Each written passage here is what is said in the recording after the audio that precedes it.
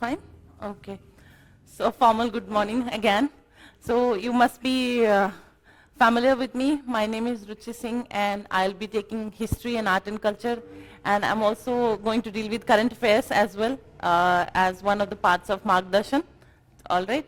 So good morning to online students as well who are going to watch me later on. So how has been the journey with Margdarshan till now? Good morning. What's your name? Pragati. Okay. So how has been the journey? Lokesh का तो पता है. It was good. Okay. You have been thorough with the subjects, polity, economy done, everything done. So what are you going to expect from history and geography now on? क्या क्या लग रहा है कि कैसे होना चाहिए? How things should proceed ahead? How was your experience with polity and economy? And you think that good things should continue, or few things which you are expecting we should include in it? Anyone? Answers तो लिख रहे हो ना? Answers सारे लिखे हैं ना? अच्छा, चलो मैं ही बता देती हूँ. अगर लग रहा है कि आपके suggestions नहीं है कुछ तो. अच्छा, जब डेली आंसर्स लिख रहे थे या जब सरप्राइज टेस्ट लिख रहे थे तो क्या मतलब कैसा लग रहा था कि is it the way we are suggesting you to do things they should be like that, और यू थिंक कुछ और किसी और तरीके से और बेटर तरीके से आपको बेनिफिट मिल सकता है? एनीथिंग फील सब सही जा रहा था? Perfect, very good. मतलब रवि सर ने और नीरज सर ने काफी अच्छा पढ़ाया आप लोग को. I am glad we have a great team with us. ठीक है. All right, if everything was good, we are going to, utilize that and continue with that. And also we are going to have some unique style because every subject has its own uniqueness in it. ठीक है? So I'm going to deal with history. Let's cut the crap. बहुत ज्ञान और क्या कहते हैं ना, motivation तो बहुत है ऑलरेडी. मोटिवेशन की जरूरत नहीं है, काफी है. ठीक है. So let me take you directly to the subject. अच्छा, हिस्ट्री कितने लोगों को पढ़ना अच्छा लगता है और कंफर्टेबल? लोकेश का तो आई नो. ठीक है. We had a small interaction yesterday, so I know his history कैसा है सब्जेक्ट, आर्ट एंड कल्चर. बताओ. Is good. Ancient is my strongest among all three, so I will make it your strongest. ठीक है. Okay. तो ancient में problem क्या आती है? क्यों लगता है डिफिकल्ट है? मीडिवल से भी ज्यादा है?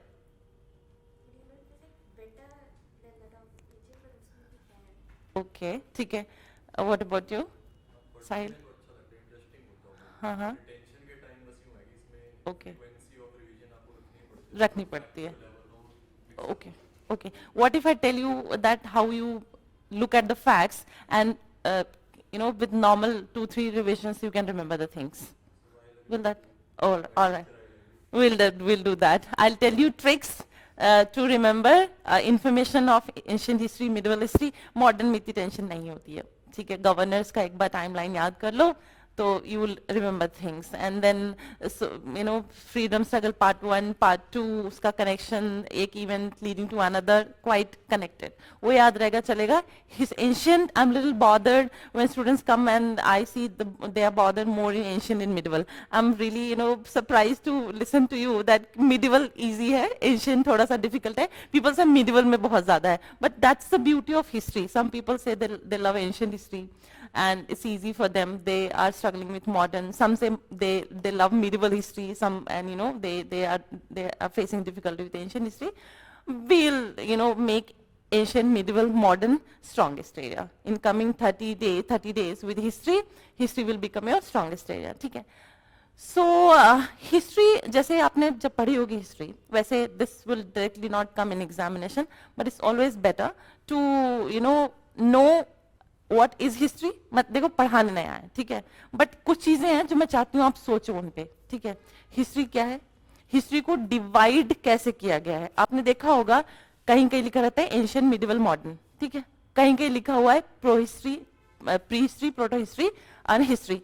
तो ये जो डिविजन्स हैं वो किस हिसाब से किए गए हैं? कभी सोचा है? पढ़ा कहीं पे हिस्ट्री पढ़ते वक्त? पढ़ा? थोड़ा आइडिया है? उद्देश्य बताओ. आइडिया नहीं है? ठीक है. लोकेश?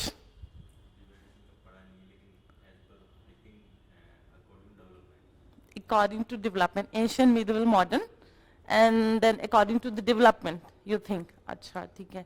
कितने लोगों ने क्लास कर ली है अपने अपने कोचिंग्स की? सबने कर ली है? कर ली सबने? तो ये पढ़ाई नहीं क्लास में कि हिस्ट्री क्या है, और हिस्ट्री को ये जो डिवाइड किया गया है एंशियंट, मिडिवल, मॉडर्न में, वो क्यों डिवाइड किया गया है?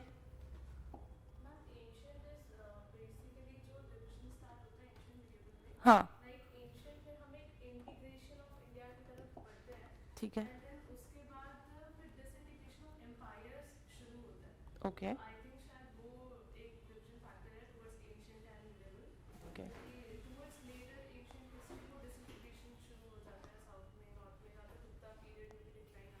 Okay okay. Little bit. You tried. The effort was good, but nowhere, you know, why it has been divided into that. तो ये सब सवाल सोचो, है ना, कि एंशियंट हिस्ट्री क्यों कह रहे हैं हम, किसी पीरियड, कहाँ से कहाँ तक की पीरियड को एंशियंट हिस्ट्री हम कह रहे हैं, फिर कहाँ से कहाँ तक हम मिडिवल हिस्ट्री कह रहे हैं, क्यों हम मॉडर्न कह रहे हैं, what is you know that particular period, and what are the factors, what are the events, uniqueness of those events, because of which we have started calling from that period onwards Indian history as a modern Indian history. Why do we call modern Indian history? What are the events, what are the specification, what are the uniqueness of those events, because of which we are calling that particular period onwards modern India? क्यों कह रहे हैं? What was modern in modern India when the Europeans came and they disintegrated the entire economy, or you know, textile industry, everything, cottage industry, you know, was into shatters, and there were huge drain of wealth, and you know, the entire Indian economy was into shattered. Then what was so modern about modern India, because of which we started calling it modern India? History में जब ऐसे थोड़ा सोचोगे ना, तो history will start, you know, becoming interesting. Ancient, what is so ancient about ancient India? Why there are so technological developments, so many technological development in ancient India, which is far more advanced than modern India, still we call that ancient? Ancient क्यों बोलते हैं? Medieval, अच्छा कुछ लोग ये भी है divide करते हैं, चलो pre history, proto history, history की बात करते हैं. प्री हिस्ट्री क्या है, प्रोटो हिस्ट्री क्या है, हिस्ट्री क्या है? Why do we divide history into three periods? What do we mean by prehistory, proto-history, history? Okay. ठीक है.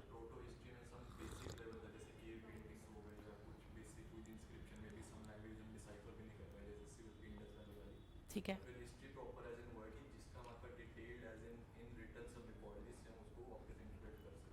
Very close, very close, but could be better. Anybody else? I forgot your name. हम तो मिले हैं. हाँ? चांदनी. हाँ चांदनी, बताओ.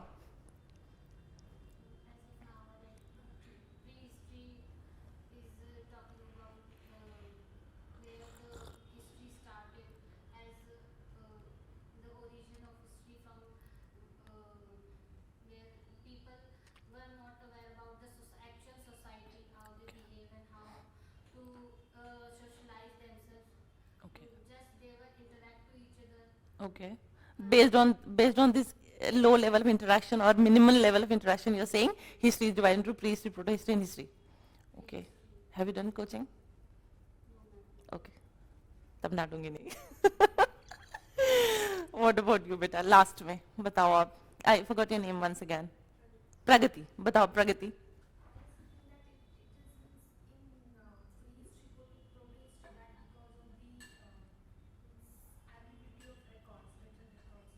Okay, written records. It was there or not? No. No. And what about proto-history?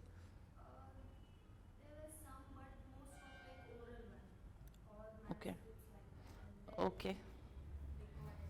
उद्देश्य नहीं पता. श्री पूजा नहीं पता. क्लास हिस्ट्री की हो गई है ना सबकी. हिस्ट्री के डे 1 क्लास में क्यों नहीं बताया गया कोचिंग में? क्वेश्चन तो करना पड़ेगा ना, टाइम दिया हमने वहां पे. ठीक है, क्वेश्चन करेंगे तभी गलतियां फाइंड आउट करेंगे, गलतियां फाइंड आउट करेंगे तभी सोल्यूशन ढूंढेंगे.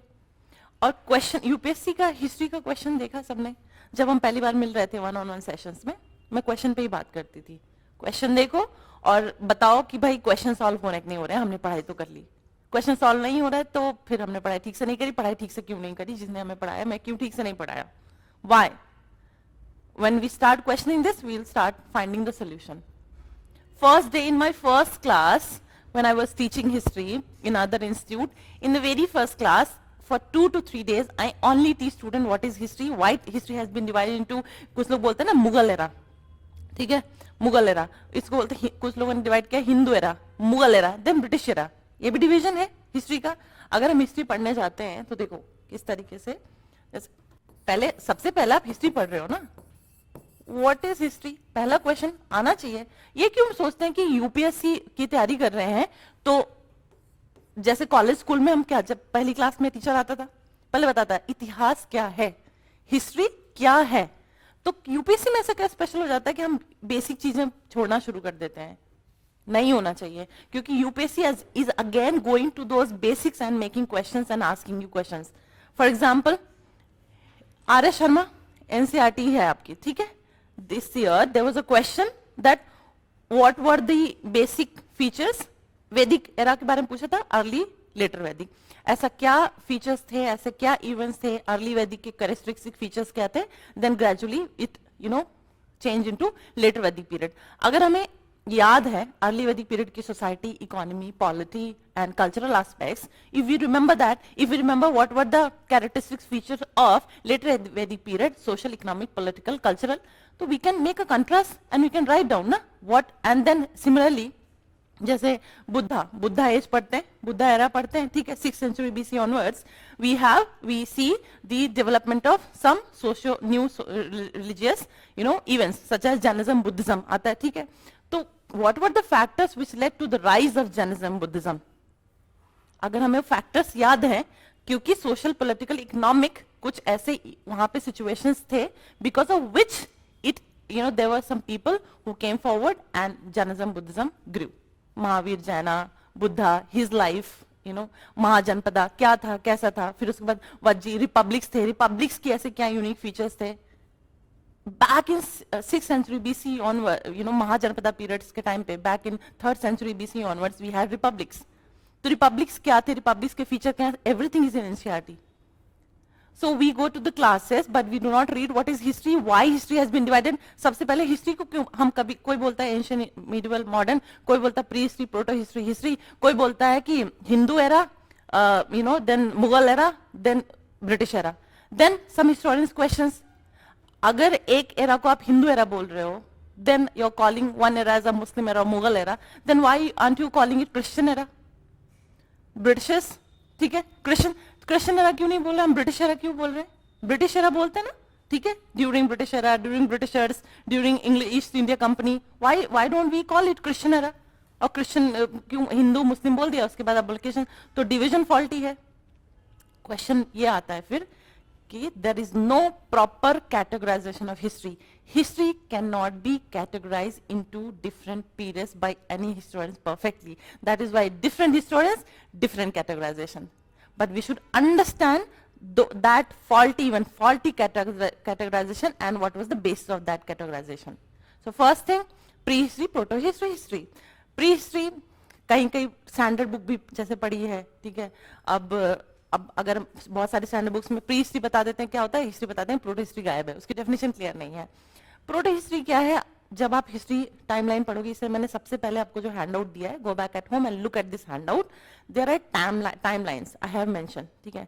एंशियंट की जो आपकी हिस्ट्री की बुक है, the timeline is not mentioned in that is why I have made a separate page and timeline I have given you. If you can master the timeline and based on that timeline you read history topics, you connect one topic to another, one event leading to another event, ठीक है, then and you also remembering the timeline, तो बहुत easy हो जाएगा आपको facts याद करने में.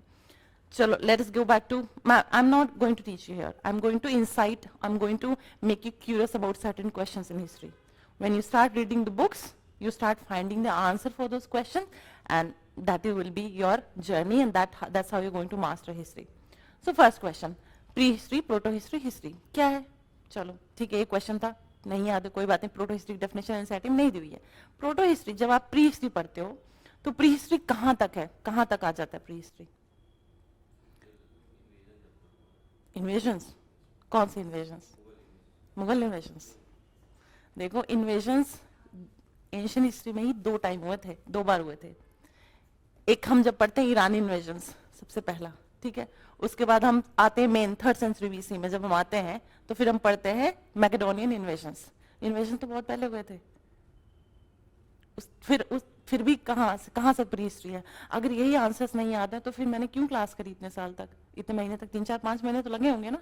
अगर मैंने बैठ के घर पे एनसीईआरटी हिस्ट्री पढ़ ली होती अच्छे से, किसी ने मुझे समझा दिया होता कि कैसे पढ़ना है, तो भी I would have answered these questions and I would have even answered UPSC questions. Have you seen previous year question paper? Previous to previous 2023 का पेपर देखा था? 2023 पेपर में सिंपल क्वेश्चन आया था, what are the geographical factors, you know, due to which civilization, certain kind of unique civilization grew in India. This was the question. ठीक है, geographical setting in India, NCERT RS Sharma 2nd chapter. उसको पढ़ा होता तो you would know how the, you know, geography of India, Indian subcontinent is and what are the special features.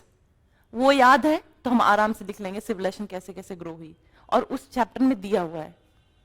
Why aren't we able to read on our own? Why aren't we able to understand things on our own?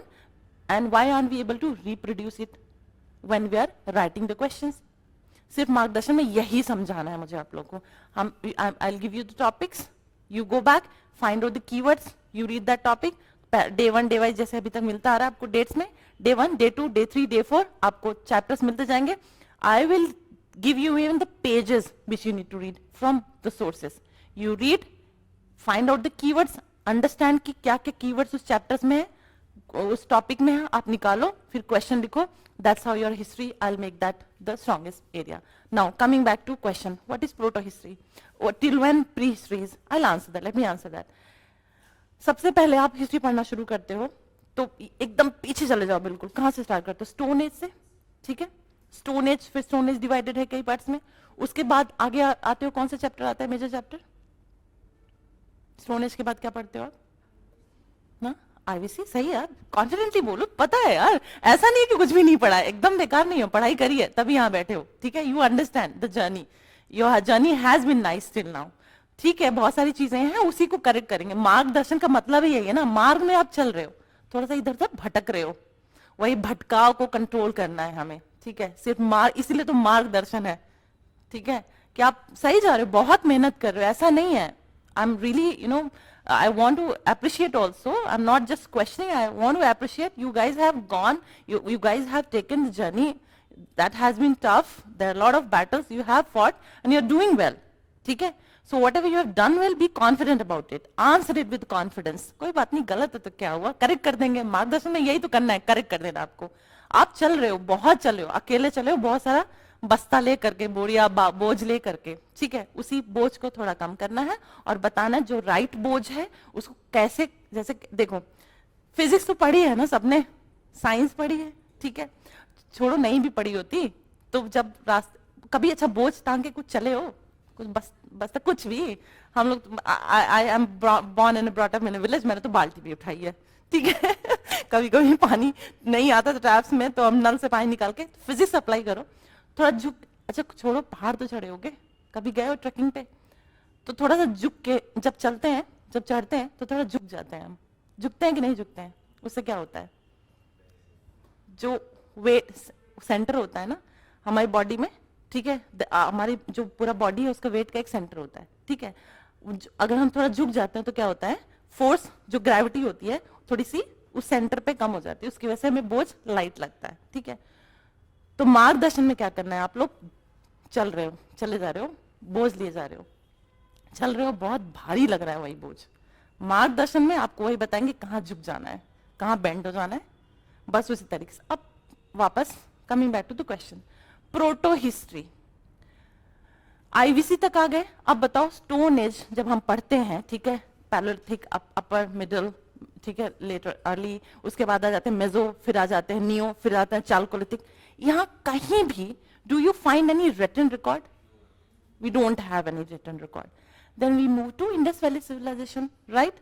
In Indus Valley civilization, do we have written record? Everybody I need to answer. हाँ, ठीक है, हाँ. Some questions I have. चांदनी ने सही बताया. बेटा आपका नाम? हाँ हाँ हाँ. रिचा. चांदनी रिचा ने सही बताया आंसर. लोकेश ने गलत बताया आंसर. उद्देश्य ने भी गलत बताया है. Sahil? Correct. Shri Puja, what was your answer? Written record है, but it has not been deciphered. ठीक है? अब इस why am I asking you this? Because I'll tell you why to certain level it is prehistory and then why it is proto-history and then history. Then how do we know about Indus Valley civilization? I'll ask question, I won't answer. You will answer, you will find out the answer. Very good. Very good. Perfect. अब यहीं से answer आएगा. The meaning of proto-history. We have parallel contemporary civilization. ठीक है. So pick the right words also. Answer लिखोगे तो mains में number अच्छे आएंगे. ठीक है रिचा? So यहीं से डेफिनेशन आएगा. और ये बात ये आप हिस्ट्री पढ़ाते हैं. I love history and I love teaching history. And ancient is my strongest because root strong है ना. हिस्ट्री की रूट है एंशियंट. एंशियंट में क्या हुआ एंशियंट इंडियन हिस्ट्री में decided medieval Indian history. Medieval Indian history में क्या हुआ decided our relationship with the world and that is what we call it world history and that led to whatever happened in medieval India shaped Indian history, pushing us to what we call modern Indian history. And modern Indian history, world history. Contemporary happenings around the world is all history. ठीक है. अब Indus Valley civilization, we have written record, but we do not have decipherment of it. ठीक है. So pictorial है. ठीक है. Pictorial written records हैं. It has not been yet deciphered. Now question, another question which I asked is, then how do we know about Indus Valley civilization? As Richard rightly and perfectly answered, that we know about Indus Valley civilization by the writings and which has been deciphered by the contemporary civilization, जैसे Mesopotamian civilization. Now the definition of proto-history. The civilization about which, the period about which we know, but we do not know through written records. We have no understanding from the written records, but the events has been understood, the information has been taken out from contemporary writings of some contemporary civilization. Proto-history. कभी भूलेगा definition, कभी नहीं भूलेगा. और यही सब चीजें एक बार हिस्ट्री में समझ गए ना. जैसे मैंने पूछा कि लोकेश मुझे बताओ कि भाई कि आपकी मुझे जानना है कि अब I want to know history of the 4th generation of your family. ठीक है. नाउ लोकेश आंसर्स कि मेरे पापा का नाम ये है, मेरे ग्रेट ग्रैंडफादर का नाम ये है, उनके इतने ऑफस्प्रिंग्स थे and he was in this job you know and he did this. उतना इंटरेस्टिंग नहीं लगेगा. बट अभी मैंने साहिल से पूछा. साहिल ने बताया Sahil started with his great grandfather and he said that his social leaning was this, his political understanding was this, his cultural life was this way, and कुछ स्टोरी उसी में बता दी और थोड़े से बता दिया कि हाँ इस टाइम वो आए थे तो उस टाइम के जो social political economic cultural life थी ना, that was the social fabric था, उसके ये कैरेक्टरिस्टिक्स थे. नाउ साहिल ने इस तरीके से मुझे बताया. ठीक है. Won't I be able to remember things better about his families history vis-a-vis maybe Lokesh started with factual information. History में यही problem होती है. We start picking facts, but we tend to forget the basics. Basics क्या है आप meaning समझो चीजों की. History की हिंदी क्या होती है?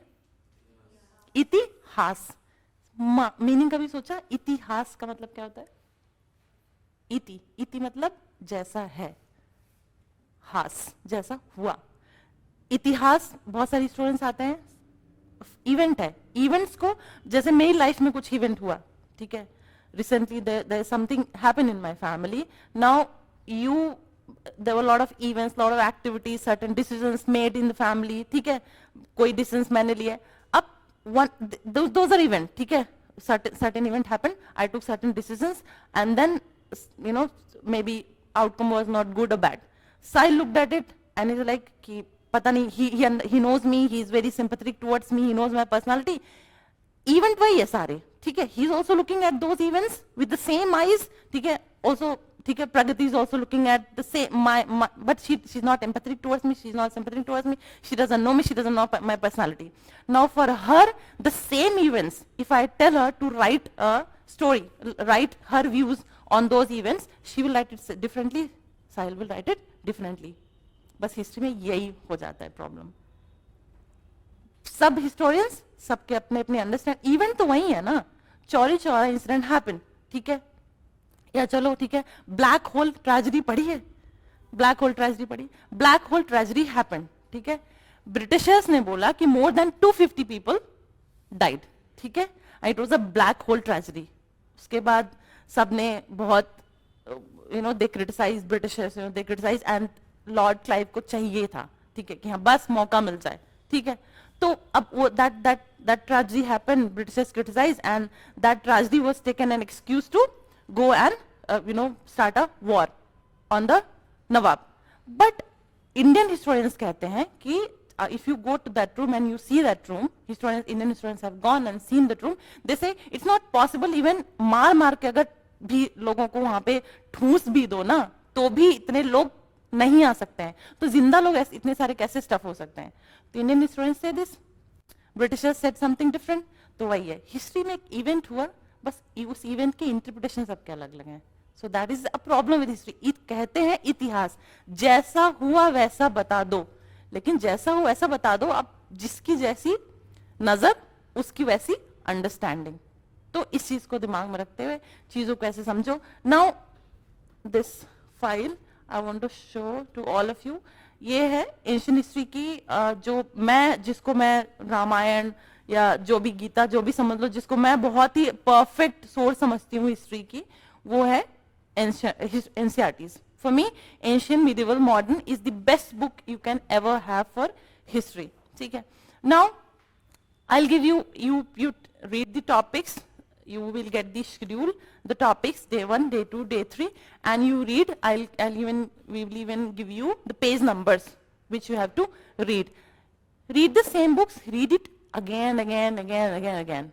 You will get every time something new, some more insights, some more information. You will get, अरे ये तो पिछली बार पढ़ा था, ये कैसे इस टाइम स्किप हो गया. और keep looking at the previous year question paper and keep writing the answers which we give you, and keep discussing with me. After after you have written the questions, your history will become an easy and the strongest aspect of your preparation. That is my guarantee.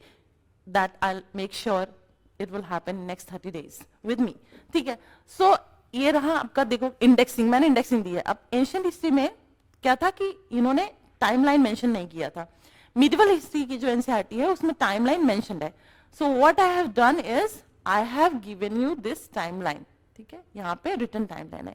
एक बार इस timeline को ध्यान से जाना और पढ़ना, ठीक है. स्टोन एज, अगर ये टाइमलाइन भी आपने याद कर ली ना, तो एंशियंट हिस्ट्री में जैसे क्या होता है कि एंशियंट हिस्ट्री में स्टोन एज से स्टार्ट किया, इंडस वैली सिविलाइजेशन से गए, आगे ऐसे मूव करते गए, फिर महाजनपदास, फिर मगधास, फिर आगे मौर्यन, फिर ऐसे आप आगे बढ़ते जाते गुप्ता पीरियड.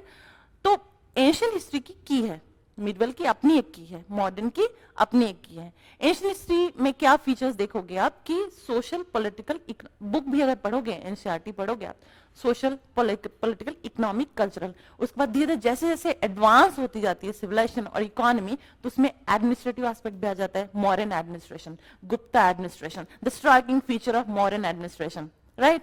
सो पहले एडमिनिस्ट्रेशन की क्यों बात करेंगे. Indus valley civilisation was an economy, trade led society, trade led. अगर आप देखोगे तो हम वहां ये बात नहीं करते कि कौन से टूल्स, कौन से वेपन्स पाए गए, या वो क्या कहते हैं, बहुत ज्यादा उनकी सोशल लाइफ उतनी भी नहीं, बट उनकी कल्चरल इकोनॉमिक लाइफ की बात करते हैं. Because it is said that Indus valley civilisation was led by traders.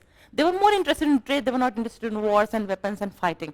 खुश थे, अपना इकोनॉमी ट्रेड करते थे, मेसोपोटामिया जाते थे, अपना ये कार्निलियन वगैरह जूलरी बनाते थे, मस्त रहते थे. और इसीलिए we talk more when we read about Indus valley civilisation, we emphasise more on seals, क्योंकि सील्स से ही उनका अपना ट्रेड होता था.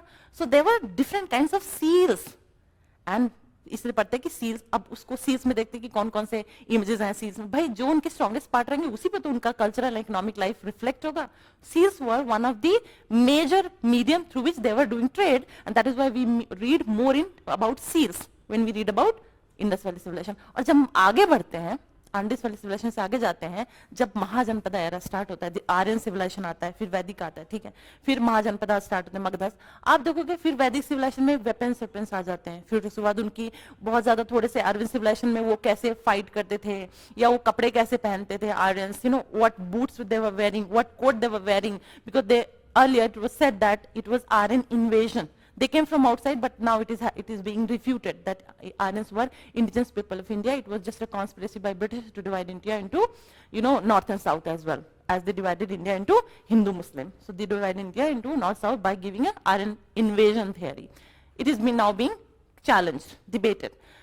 तो ऐसे एंशियंट हिस्ट्री की अपनी की है, वैसे ही मिडिवल की अपनी की है, वैसे मॉडर्न की अपनी की है। मॉडर्न में गवर्नर्स का अगर आप समझ गए कि गवर्नर्स कैसे आए, उनकी क्या पर्सनालिटी थी, how do they thought, what was their thinking, which wars they waged, with who they were fighting, तो मॉडर्न का इस तरीके से पढ़ना होता है। एंशियंट में social, political, economic, administrative, cultural इस तरीके से डिवाइड करो। मिडिवल में फिर बहुत सारे वो इंट्रोड्यूस करेंगे, क्योंकि अब एग्रीकल्चर बेटर हो रहा है ना, तो एग्रीकल्चर में क्या क्या इंट्रोड्यूस कर रहे हैं, फाइट्स में, वॉर्स में क्या क्या वो नई नई चीजें इंट्रोड्यूस कर रहे हैं। मिडिवल में आप पढ़ते होगे तो ये पढ़ते, अब उसमें बहुत सारे, अब भाई जितनी एग्रीकल्चर इकोनॉमी बढ़ेगी, ट्रेड बढ़ेगा, वॉर्स बढ़ेंगे, वैसे वैसे न्यू ऑफिसर्स अपॉइंट होंगे, न्यू ऑफिसर्स अपॉइंट हो गए, they had a special name about those officers, रटना पड़ेगा, यूपीएससी क्वेश्चन पूछ लेता है। So you see, you have to look at this file once you go back with you know proper, you know एकदम बिल्कुल focus तरीके से आप देखो किस तरीके से टाइमलाइन है, बिल्कुल टाइमलाइन आप देखते जाना। अगर टाइमलाइन दिमाग में एक बार सेट हो गया तो हिस्ट्री पढ़ने में काफी इजी हो जाएगा। ये रहा आपका एंशियंट, उसके बाद आप मिडिवल, ये मैंने बुक का रेफरेंस, अब बुक का कंटेंट आपको देखना है, index, when you go back home look at the index 5-6 bar, interesting नहीं लगेगा because I have read entire thing, तो मुझे इंडेक्स पिक्चर चलती है तो मुझे दिखता है, कनेक्ट होता है, बट आपने भी उतना इन डेप्थ नहीं पढ़ी है मल्टीपल टाइम्स, तो उतनी इंटरेस्टिंग नहीं लगेगी। But try to look at the content, try to look at the index and understand how one thing, how one topic is leading to another and then another is connected to another, and then once you start reading the chapters you will connect things better. Look at this is the chapters, आप stone age, उसके बाद chalcolithic, Harappan culture, Indus valley, Aryans, advent, तो हमें index पता है तो आधी, अब यूपीएससी में क्वेश्चन आता है, प्रीलिम्स में आता है कि you know set this in proper chronology, which event happen after which. अगर आपको इंडेक्स भी याद है ना तो आपके 2 से 3 क्वेश्चन बन जाते हैं यूपीएससी में। कब पूछ लेता है? क्रोनोलॉजी पूछ लेगा। अक्सर जब हम मिडिवल इंडिया में जाते हैं तब वहां पूछता है, क्योंकि बाद में, और फिर उसके बाद आगे जाके आप देखो ट्राइपार्टाइट वार्ड शुरू होते हैं तो बहुत सारे राष्ट्रकूटा, फिर कब कौन किंग आ जा रहा है पूछता है। अगर आपने इंडेक्स अच्छे से याद है तो आप 2-3 क्वेश्चन आपके बन जाते हैं। तो इसलिए ये इंडेक्सिंग बहुत जरूरी है। आप इसको तो पढ़ा, इसको मैं बाकी चीजें पढ़ाऊंगी नहीं, बट ये मैं पूछती रहूंगी आप लोगों से, आपको याद होना चाहिए। The last batch I taught, वो 12th के जस्ट किए हुए बच्चे आए थे, ग्रेजुएशन कर रहे थे, एनसीईआरटी बैच था, आई वाज टीचिंग, उनको इतने अच्छे से इंडेक्स रटा हुआ था, इतने अच्छे से, मैं किसी से पूछती थी वो खड़े होकर पूरा बता देते थे। Sometimes I used to get surprise, कितना तो मुझे भी नहीं याद रहता, इतना डर के उन्होंने इतना रट लिया था, डर के भी नहीं, they understood the significance of it. पहले बैच, पहली, दूसरी, तीसरी क्लास हुई, हिस्ट्री बहुत बोरिंग है, इंटरेस्टिंग है, उसके बाद ऐसा भरा रहता था class, because you know once you understand the you know कहते हैं ना, नस पकड़ लो किसी चीज के, बाकी चीजें अपने आप समझ में आ जाती है। तो हिस्ट्री, अगर हिस्ट्री की नस यही है, time line, event, one event leading to another, अगर वो एक बार समझ में आ गया तो हिस्ट्री, फिर बाकी अंदर की चीजें फिर रटनी है, धीरे धीरे हम रट लेंगे रिविजन के through. So developments in philosophy, transformation phase, you see legacy in science and civilization. उसके बाद चलते हैं मिडिवल इंडियन हिस्ट्री।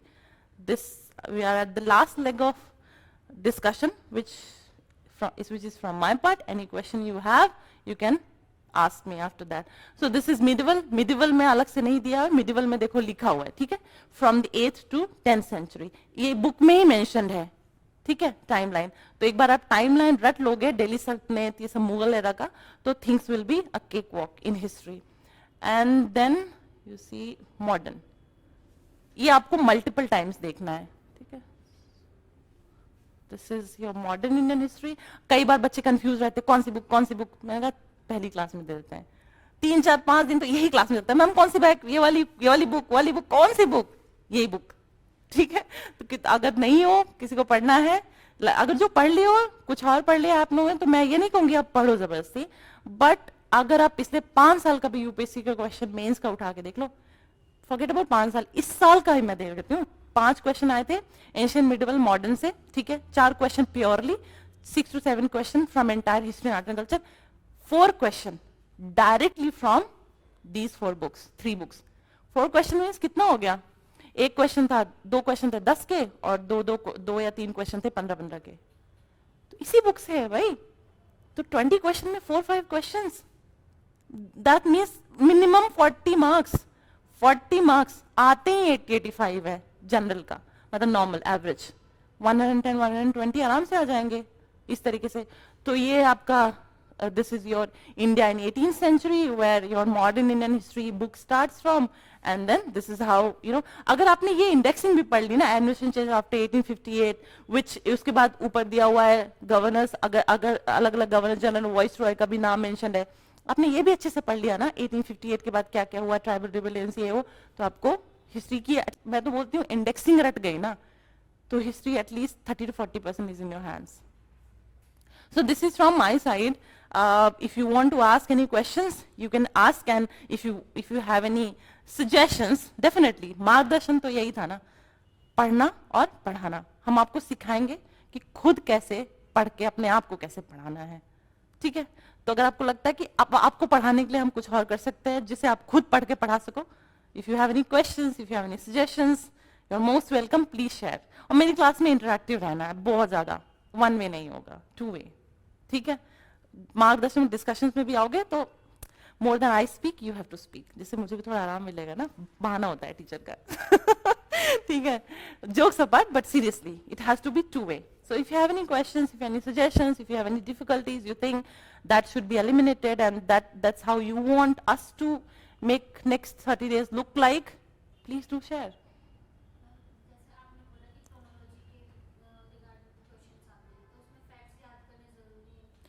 देखो ये मिथ है और ये नॉनसेंस है जो लोग कहते हैं कि यूपीएससी में रटने की जरूरत नहीं है, रटना पड़ता है, कुछ चीजें रटनी पड़ेंगी। अब जैसे for example wars and battles में क्या फर्क है? Very good, very good. So in one war there can be multiple battles, ठीक है। जैसे अब मान लो, अब जैसे उसकी कौन हम ले लेते हैं, मैसूर, हैदराबाद ले लेते हैं, Anglo Mysore war happens, and in Anglo Mysore war, first Anglo Mysore war, second Anglo Mysore war, third Anglo Mysore, उसमें बहुत सारे बैटल्स हियर एंड देयर हो रहे थे। एक गवर्नर जनरल कहीं और था, वॉर कर रहा था, अलग फ्रंट पे बैटल चल रहा था, कहीं और चल रहा था। अब उन बैटल्स का नाम तो रटना पड़ेगा ना, अब उन बैटल्स में कौन लीड कर रहा था ये रटना पड़ेगा ना। और उन बैटल्स में क्या एक इमीडिएट कॉज होता है, ठीक है, एक बहुत टाइम से बॉइल्ड अप रीजंस होते हैं वो आके इम्पैक्ट डालते हैं, एक होता है इमीडिएट कॉज, मतलब वही बोलते हैं ना कि आग, धुआं जल रहा है, माचिस लगाओ, आग लग गई, तो माचिस लगा किसी ने, यहाँ धुआं जल रहा था, आग अंदर से एकदम बिल्कुल था, हॉट ऑलरेडी हो चुका था, बस उसको माचिस लगाने की देरी थी, तो सामने हम लगा के एकदम गर्म करके एकदम चूल्हा बैठे हुए और चांदनी आई, बस माचिस लगा, तो क्या इमीडिएट वो कॉज क्या था? इमीडिएट कॉज था चांदनी आई, माचिस लगा दी, लेकिन आग तो पहले से ही, धुआं तो पहले से ही बन रहा था, फूंक लगानी थी, या कह दो फूंक लगानी थी, चांदनी आई, फूंक लगा दी, आग जलने लगा। तो वो तो रटना पड़ेगा।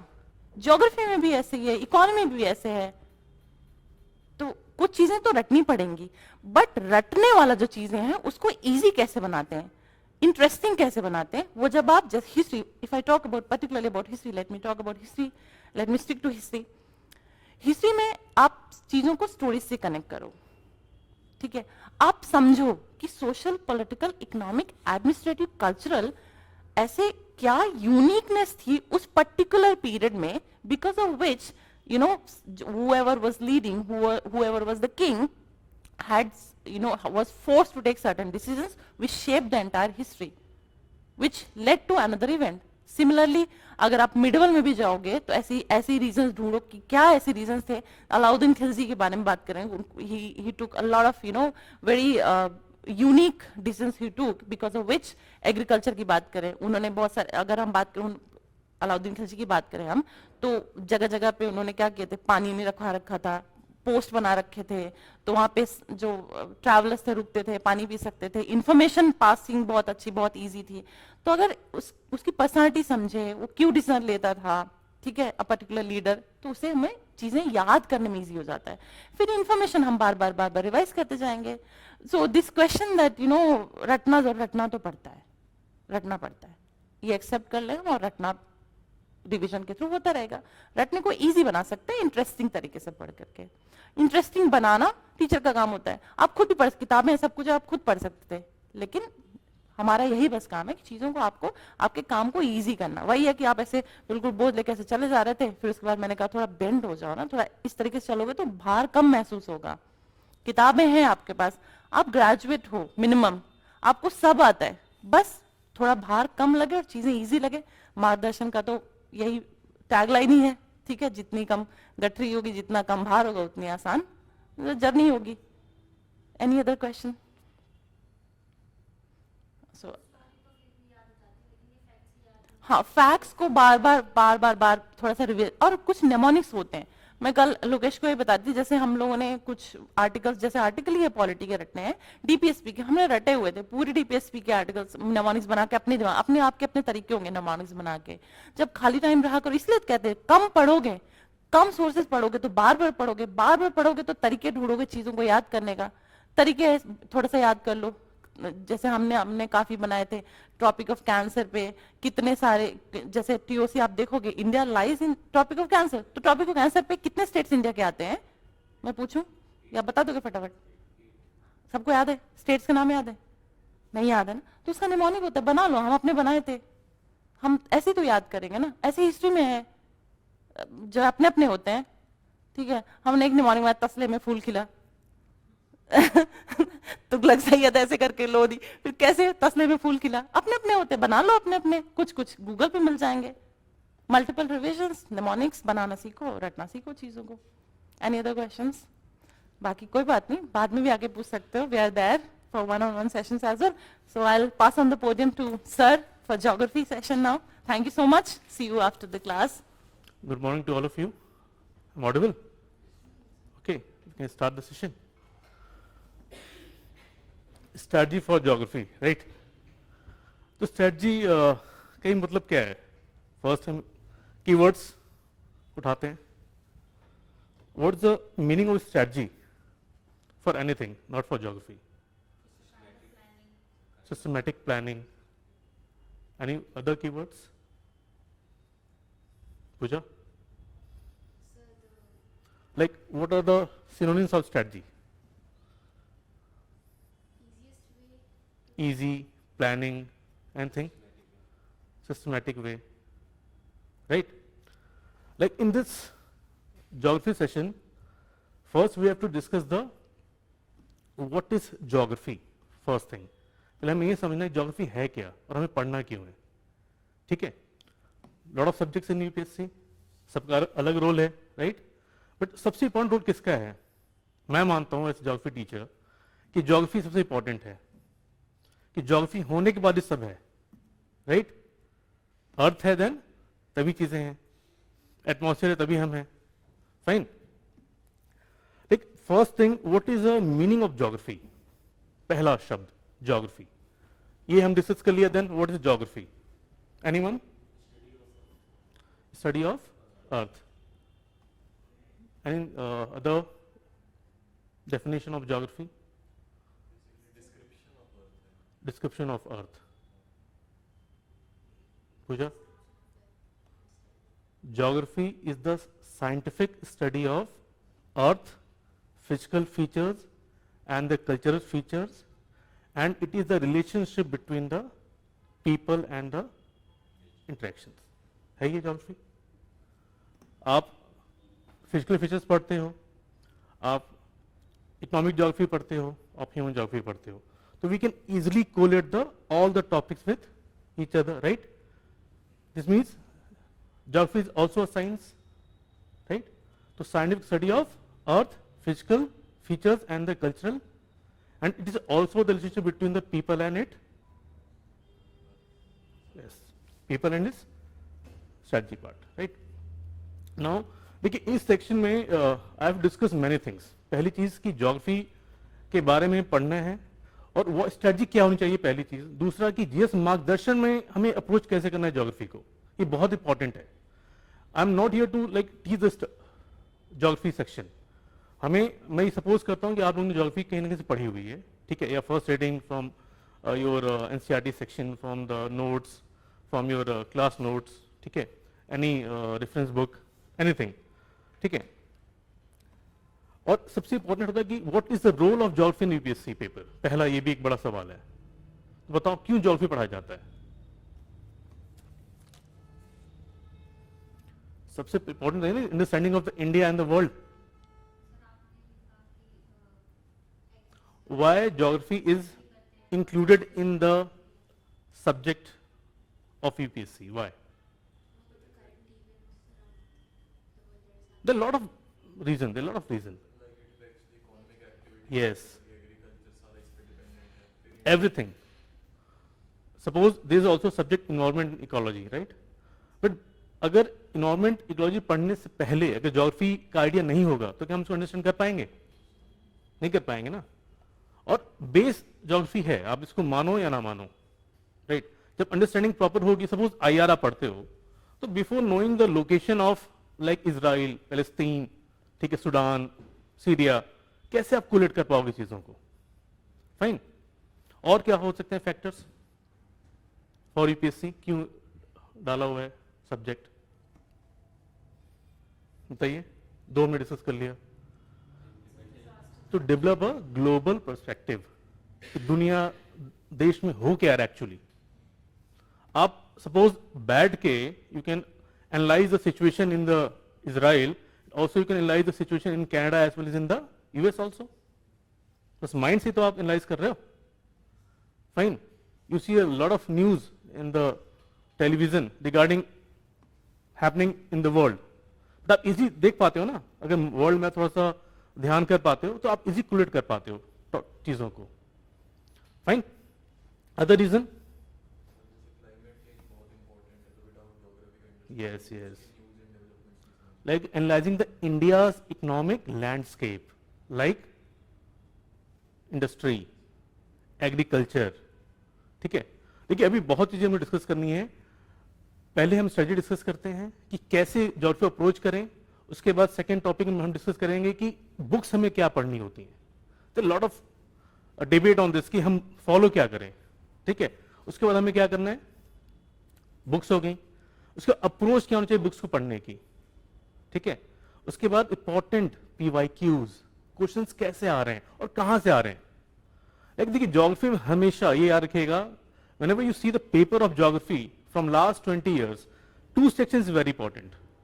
One is the physical features of India and the world, वहां से क्वेश्चन आते हैं, and other one is the applied part of the geography, like water management, soil management, agriculture management, fine, environment management, question आता है हमेशा ना, ठीक है। मैं वो भी डिस्कस करूंगा कि क्वेश्चंस कैसे पुटअप किए जा रहे हैं from the applied part of the geography, right.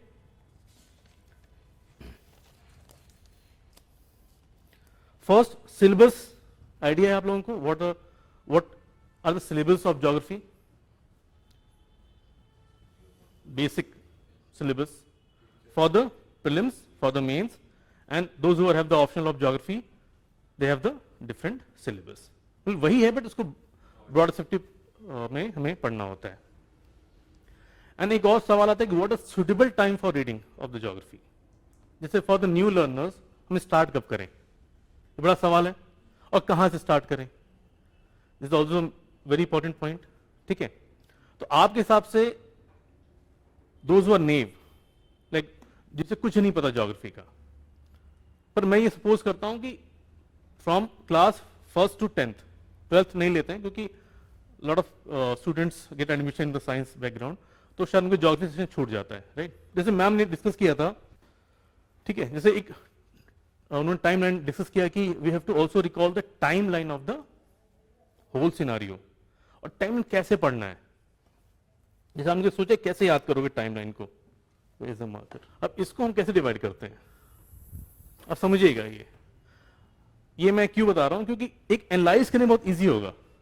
Suppose मैं सपोज करता हूं कि आप सबने नंबर सिस्टम पढ़ा हुआ है, सबको पता है कि नंबर्स होते हैं, नेगेटिव नंबर्स होते हैं, पॉजिटिव नंबर्स होते हैं, बीच में जीरो होता है, इधर इंटीजर्स होते हैं, इधर माइनस इंटीजर्स और प्लस इंटीजर्स, ये सब पता है। तो उसमें फिर और भी क्लासिफिकेशन है। मैं सपोज करता हूं कि this is the number system line, right, this is zero, this is, इसको प्लस इन्फिनाइट लेते हैं and we can as minus infinite, right, clear. Now comes to the history and geography section. इसको हम maths को science में use करते हैं, maths को ज्योग्राफी में यूज करते हैं। कैसे? Consider this number system and zero as birth of Jesus Christ. इसको मान लो कि जीरो पे ईसा मसीह पैदा हुए थे, ठीक है, और today is 2024 positive, and we can solve as AD बोलते हैं और इसको बीसी बोलते हैं। BC is before Christ. तो जीरो से पहले जो भी इवेंट्स हुए होंगे उसको बोलेंगे before Christ. And is anno domini, या जो अभी चल रहा है, ठीक। अब इस नंबर सिस्टम को try to divide in the span of 300 years.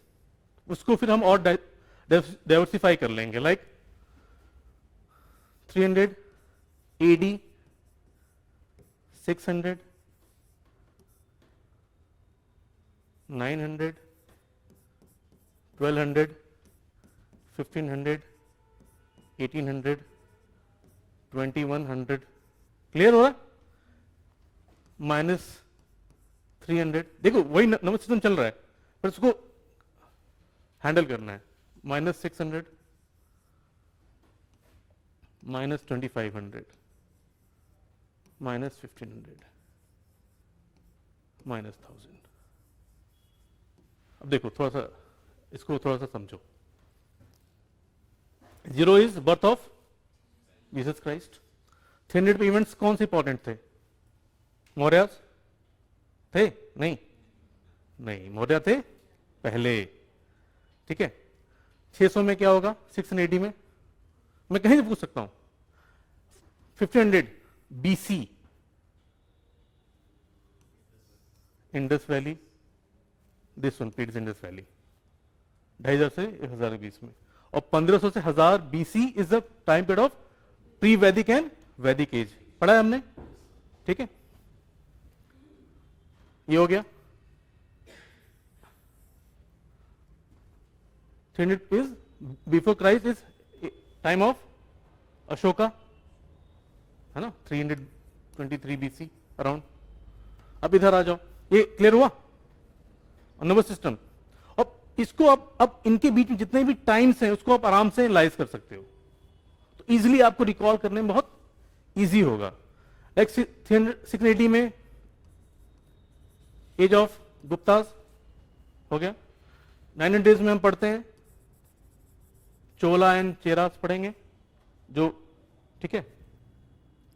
Then 1200 या 1000 में आपको पता है 1080 में वही invasion of Mahmud of Ghazni. Then 1200 Delhi sultanate, then 1500 Mughal, फिर मराठाज, फिर 1857 war of independence first, then today is like 6 of December 24। क्लियर हो गया? तो वी कैन ऑल्सो पुट all the history and geography section on this type of number system platform. Fine. Now come to we have discussed the syllabus. Second one is books. Third is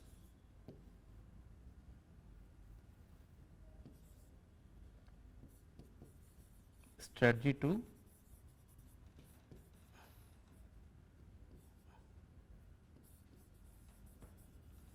follow nodes and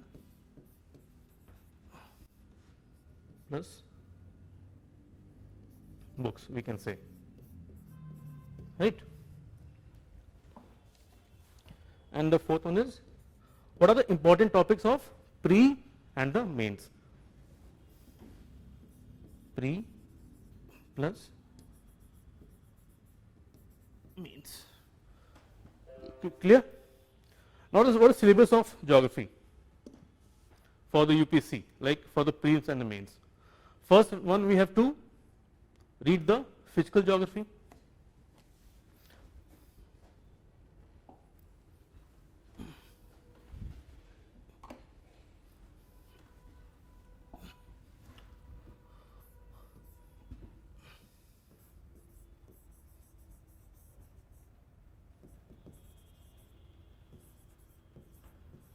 Physical geography, right? Second one is world geography. Third one is Indian geography.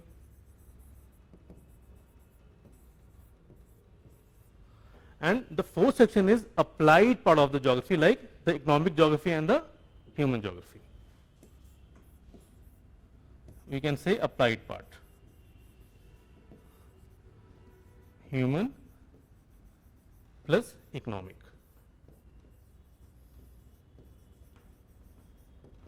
What are the topics of human geography? Like, what are the areas we have to cover in the human geography? Anyone? Demographic first. Other one is human resource. Economic में आएगा. Settlements, tribes. Human के बारे में पढ़ना है ना? First you have to know what is tribe. Different types of tribe. Tribes का settlement कैसे हुआ? Fine. And economic geography, we have to read the industries, its location. Fine. Now, clear? अब क्वेश्चन आता है कि फिजिकल ज्योग्राफी के different sections हैं. Fine. तो हम स्टार्ट कहां से करें? This is dilemma in students कि स्टार्ट कहां से करना है हमें. देखिए, ज्योग्राफी हमेशा जब आपको फील होना स्टार्ट हो जाएगा ना, चीजों को एनालाइज करना, ऑटोमेटिक चीजें दिमाग में आने स्टार्ट हो जाएंगी, देन ये समझिए कि ज्योग्राफी आना स्टार्ट हो चुकी है. ठीक है. और रट लेना और फिर उसको एक महीने बाद भूल जाना is not the solution for geography. और इसलिए हमेशा मैं बोलता हूं कि ज्योग्राफी एक तरीका होता है. जैसे बहुत बच्चे इंडियन ज्योग्राफी स्टार्ट कर देते हैं. ठीक है. बहुत बच्चे सीधे लगते हैं क्लास 12 की ह्यूमन ज्योग्राफी पढ़ने. बिफोर नोइंग व्हाट इज अर्थ, आप कैसे कोलेट कर सकते हैं इंडियन ज्योग्राफी को? तो फर्स्ट हमारा टारगेट क्या होना चाहिए? First we have to study the know geomorphology. Why?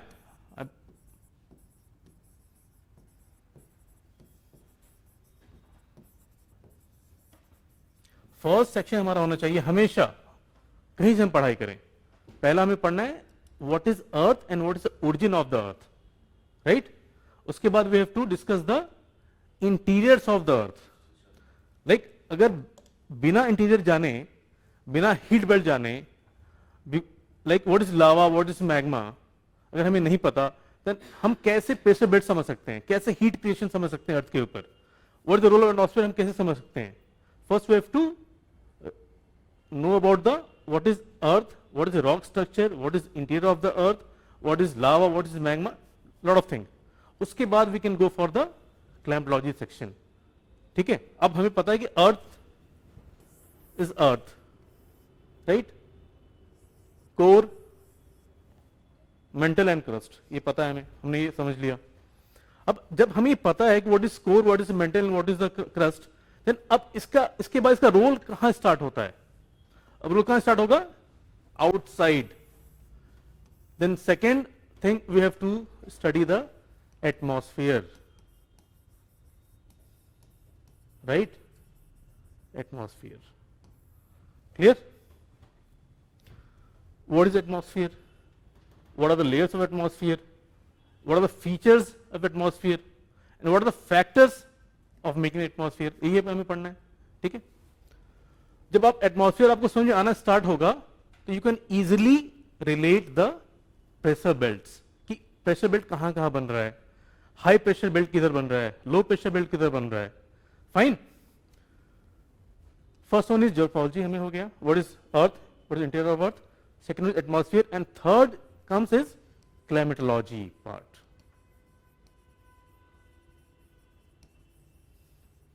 Climatology part. Why climatology? Because climate क्या है, मानसून भी क्लाइमेट है. फिर हम पढ़ते हैं 6th एनसीईआरटी में what is whether, what is climate, right. क्यों हमें वेदर पढ़ाया जाता है, क्यों हमें क्लाइमेट पढ़ाया जाता है. पहली चीज, first we have to study the concept of the climate. Like देखिए, क्लाइमेट का बेस क्या है, विंड सिस्टम ही है ना. तो विंड सिस्टम कैसे क्रिएट होता है, विद द प्रेशर बेल्ट्स.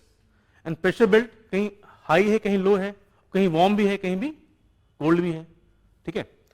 अब अगर आप वर्ल्ड कंटेक्स्ट में क्लाइमेटोलॉजी पढ़ते हो तो आप क्या देखते हो कि अर्थ सिनारियो में what are roles of pressure belts.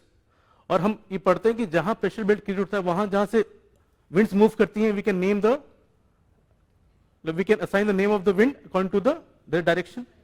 अगर साउथ से आ रही है तो साउथ वेस्ट, नॉर्थ ईस्ट है तो नॉर्थ ईस्ट, राइट. तो हम जब बाद में पढ़ेंगे, जब हम टॉपिक करेंगे, we can collate with the different part of the topic.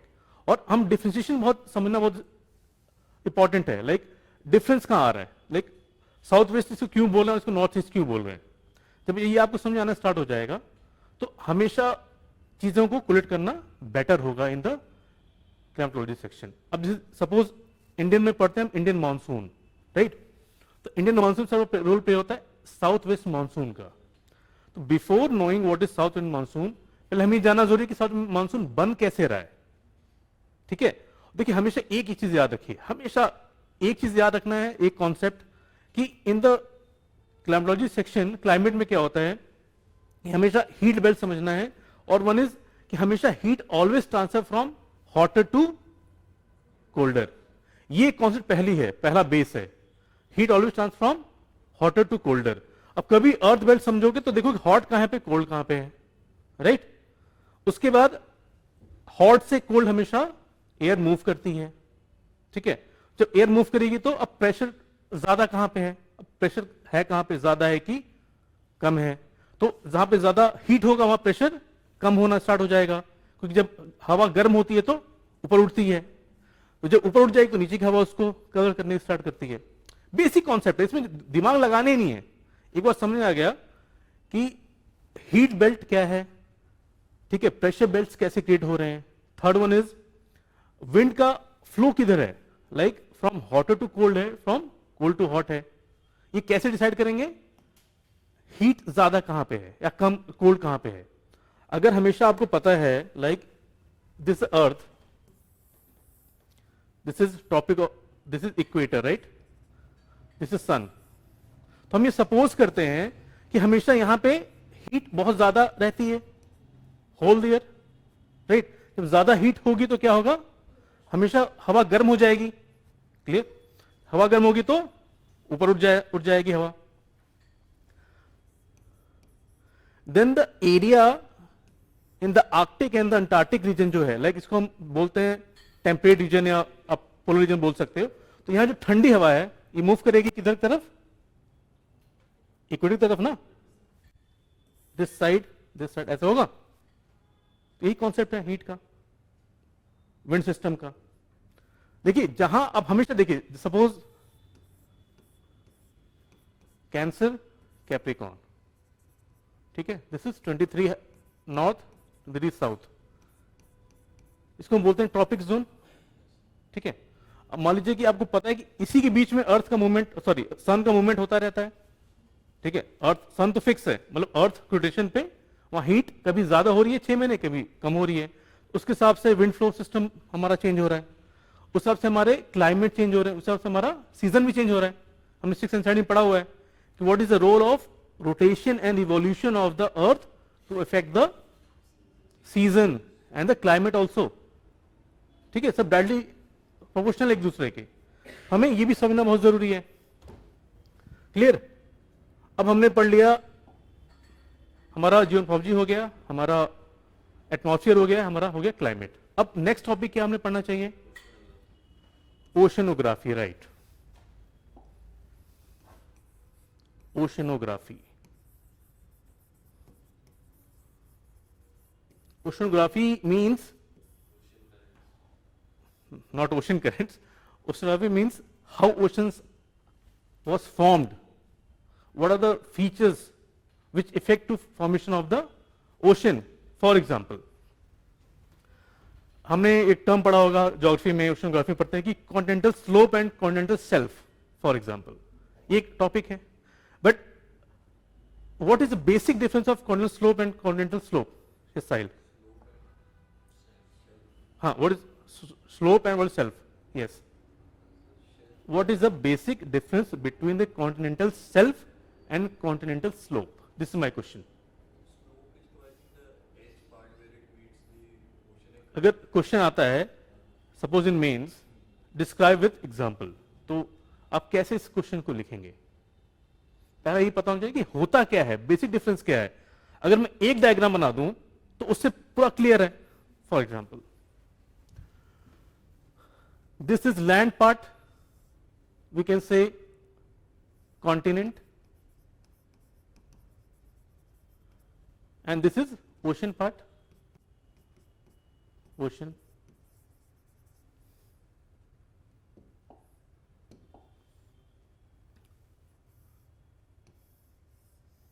This is continent, this is ocean. ये सपोज मैं कर रहा हूं, राइट? और आपको पता है कि ओशन में क्या है? वाटर है, पानी है, ठीक है. अब पानी क्यों है हम बाद में पढ़ेंगे, ठीक है.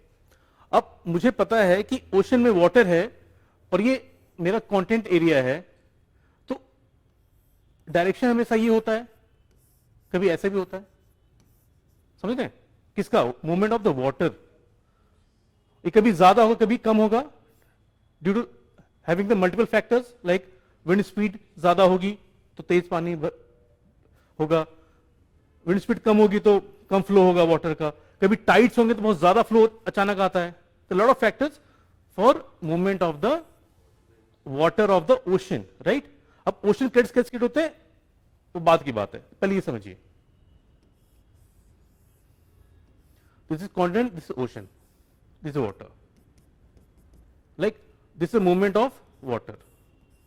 अब जब पानी का फ्लो हमेशा कॉन्टिनेंट तरफ होगा, ये कॉन्टिनेंट है, तो बार बार एक यहां इरोडेशन स्टार्ट होगा, इसको बोलते हैं इरोशनल एक्टिविटी स्टार्ट होगी. पानी बार बार लड़ रहा है कॉन्टिनेंट से. तो अब यहां का जो ये स्ट्रक्चर है ओशन का, after some years, after million of years, it can look like, होगा ना? फिर भी हो रहा है, ये हमेशा होता रहता है, right. This is called as the slope. अब देखो, जैसे सपोज ये पॉइंट टकरा रहा है कॉन्टिनेंट से, तो जो ये एरिया था, अब वाटर यहां तक भी तो आ जाएगा.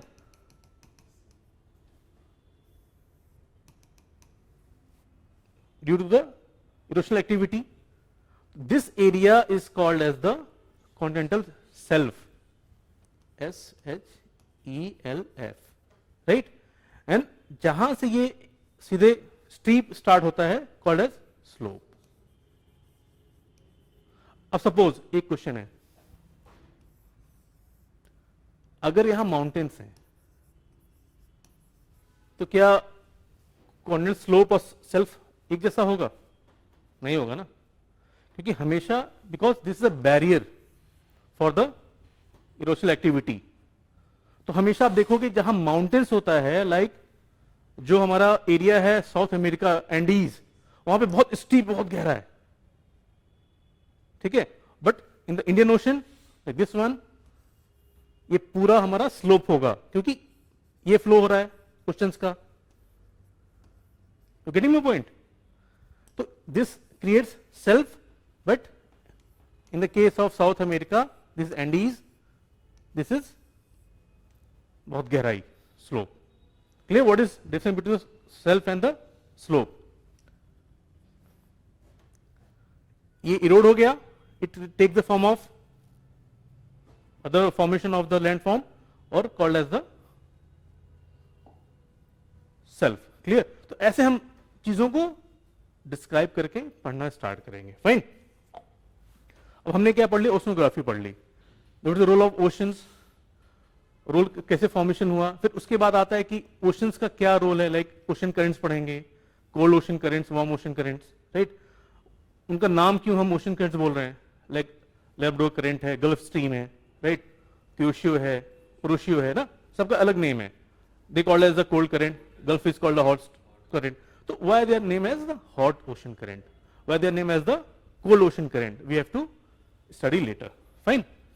Then what are the next topic after oceanography is biogeography, or we can say soil geography.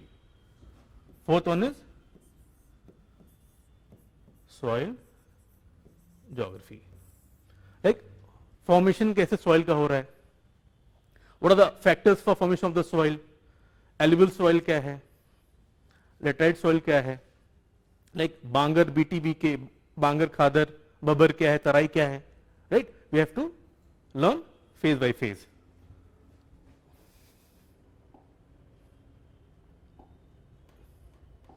Clear? After biogeography हमें क्या पढ़ना है, then the next section come is applied part of the geography called as applied part, that is human geography plus economic geography. Fine. We can also discuss what are the thing in human geography and what are things in economic geography. This is the syllabus of the geography. अब हमें ये भी discuss करना है कि what are the questions जो prelims में और mains में questions कहाँ से आ रहे हैं. देखो क्या होता है कि you are coming here to not to be expert in the geography subject. You are coming simply here to be a to clear the UPSC exam. उसके लिए जितना रटना है, समझना है, समझ लो, और उसका अप्लाइड पार्ट कहां जाओगे, आफ्टर द यूपीएससी ट्रेनिंग के बाद जाओगे, like in the field you feel lot of thing in your area. Like अगर आपको suppose you are DM of the Karnataka region, तो आपको पता है कि वहां सॉइल कैसी है, वहां का इकोनॉमिक कैसा है, what are the climate in Karnataka, तो you can easily apply the lot of policy and programme there. तभी तो ज्योग्राफी पढ़ाया जाता है ना. एक एस्पिरेंट को ये माना जाता है कि उसको नॉलेज है ज्योग्राफी की, हिस्ट्री की है, और तभी वो, देखो नॉलेज सबका अलग होता है, बट उस सिलेक्शन के बाद आपको लाइफ टाइम क्या करना है, you have to apply your skill of all the subject in the like in your area, और we can say on the ground. ये करना है. Fine. Clear? Human geography, economic geography. अब बात आती है कि अब बुक्स कौन सी फॉलो करें. Next question is what are the books we have to cover. Like सब बोलते हैं कि एनसीईआरटीज पढ़ना होता है, lot of teachers also and from the social media also, like from the peers group also, कि first you have to read the NCERT and then question rise again which NCERT, right, which NCERT. तो there are from lot of books in NCERT from class 6 to class 12th, from class 6 to class 12th. ठीक है, ये सबको पता है. अब आप पूछोगे क्या पढ़ना है, तो एनसीईआरटी पढ़ना होता है पहले. देखिए सपोज ये मेरा मानना है, माय थिंकिंग, ज्योग्राफी हमेशा सब्जेक्ट वाइज या year wise means 6th class 7th class year wise हो गया ना, ये उसको पढ़ने बजाय आप टॉपिक वाइज पढ़ना स्टार्ट करो. सपोज हमें पता है कि सब बोलते हैं कि you have to follow the class 11th NCERT, that is fundamentals of world physical geography and the Indian geography, एक दूसरा पार्ट है. बट अगर उसमें सपोज प्लेट टेक्टोनिक थ्योरी दी हुई है, शायद चैप्टर 2nd में ही है ना, after universe, before plate tectonic theory मैं सपोज करता हूं कि you have to know the Pangaea, Panthalassa. ठीक है, ये कहां से आएगा, आएगा क्लास 6 एनसीईआरटी से. क्लियर? अब मान लो कि जैसे मैं ऐसा डिस्कस कर रहा था इन सेशन लास्ट टाइम कि in polity section we have lot of topic, fine, और there lot of keywords also in the preamble, in the whole syllabus of the polity. But before going for Lakshmikant, first we have to know the every term of the constitution.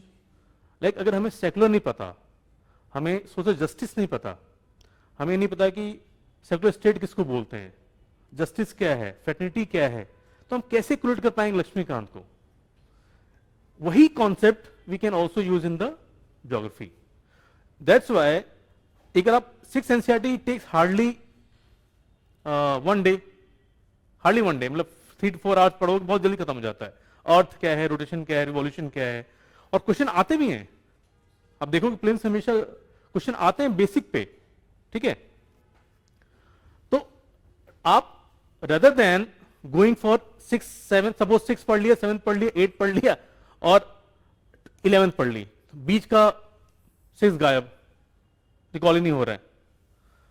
अगर ऐसे नहीं करना है तो try to take, suppose आप पढ़ रहे हो वॉल्केनो,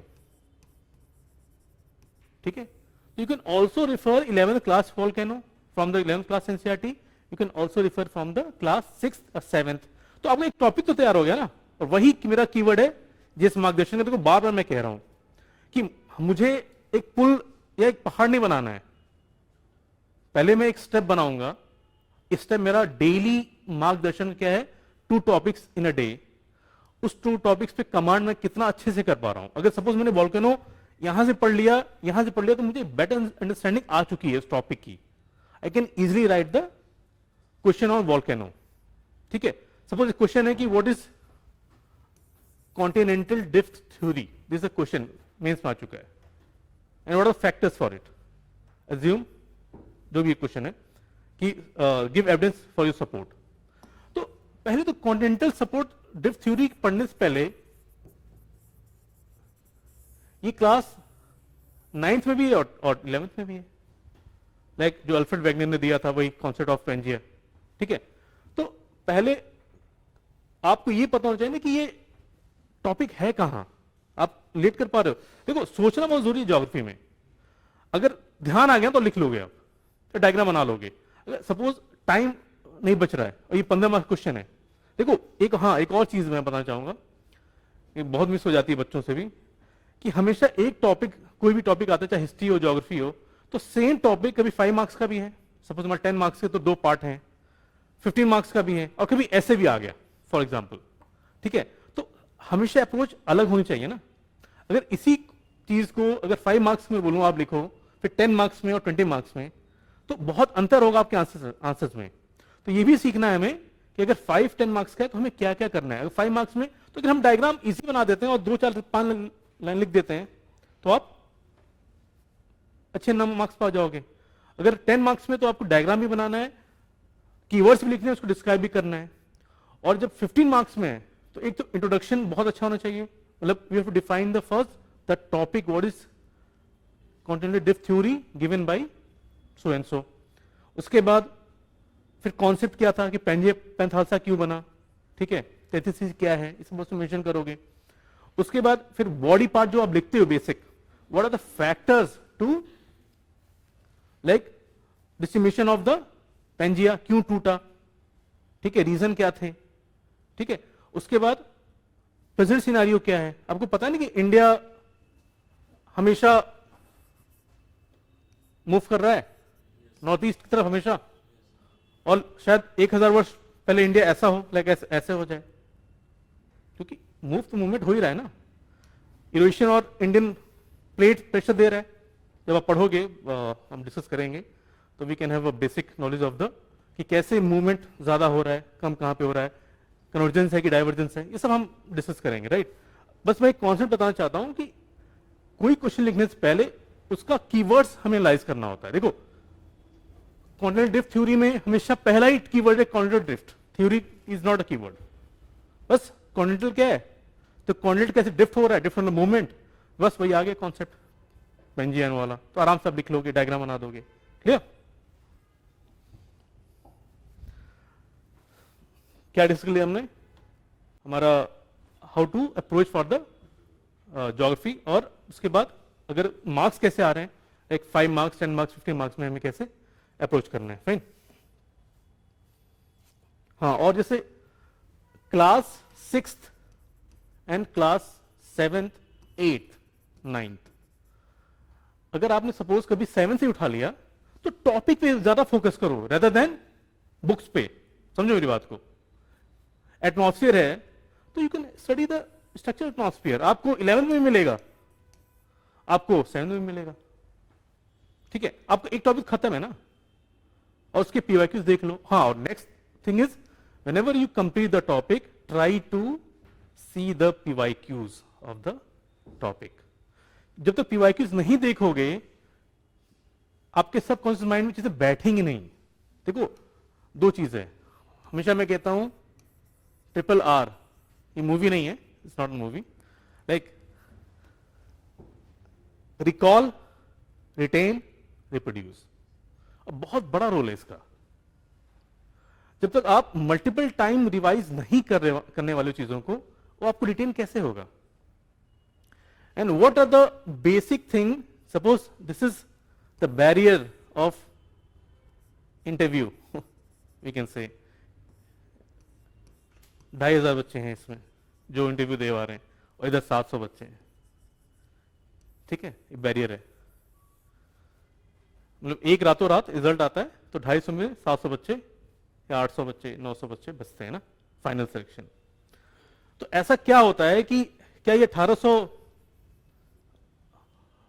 वर्थ नहीं थे बनने के?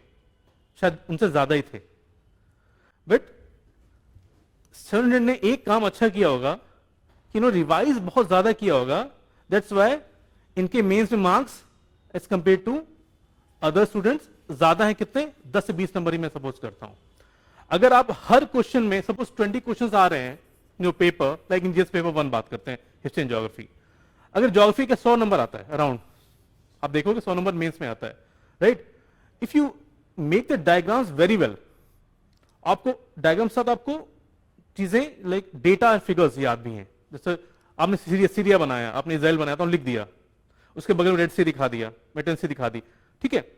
उसके बाद आपको अगर डायग्राम्स बना रहे हो तो एक एज मिलेगा फ्रॉम अदर स्टूडेंट। अगर हाफ मार्क्स भी ज्यादा मिल रहे हैं ना, half marks on every page, you are much ahead of the other students. समझो मेरी बात को, ये हाफ मार्क्स मींस 50-40 पेज हो गए, 15 नंबर ज्यादा पा गए, और ये आपने काम कर दिया 5-4 पेपरों में, तो आप बहुत आगे हो। आप इंटरव्यू में अगर आपके 150 to 170 मार्क्स एवरेज भी आ रहे हैं, आप इन हो, आपका रैंक आ रही है। Those who are having good marks in the mains, their chances are more in the final paper. तो वैसी स्ट्रेटजी बनाओ कि मुझे फाइनल सिलेक्शन लेना है।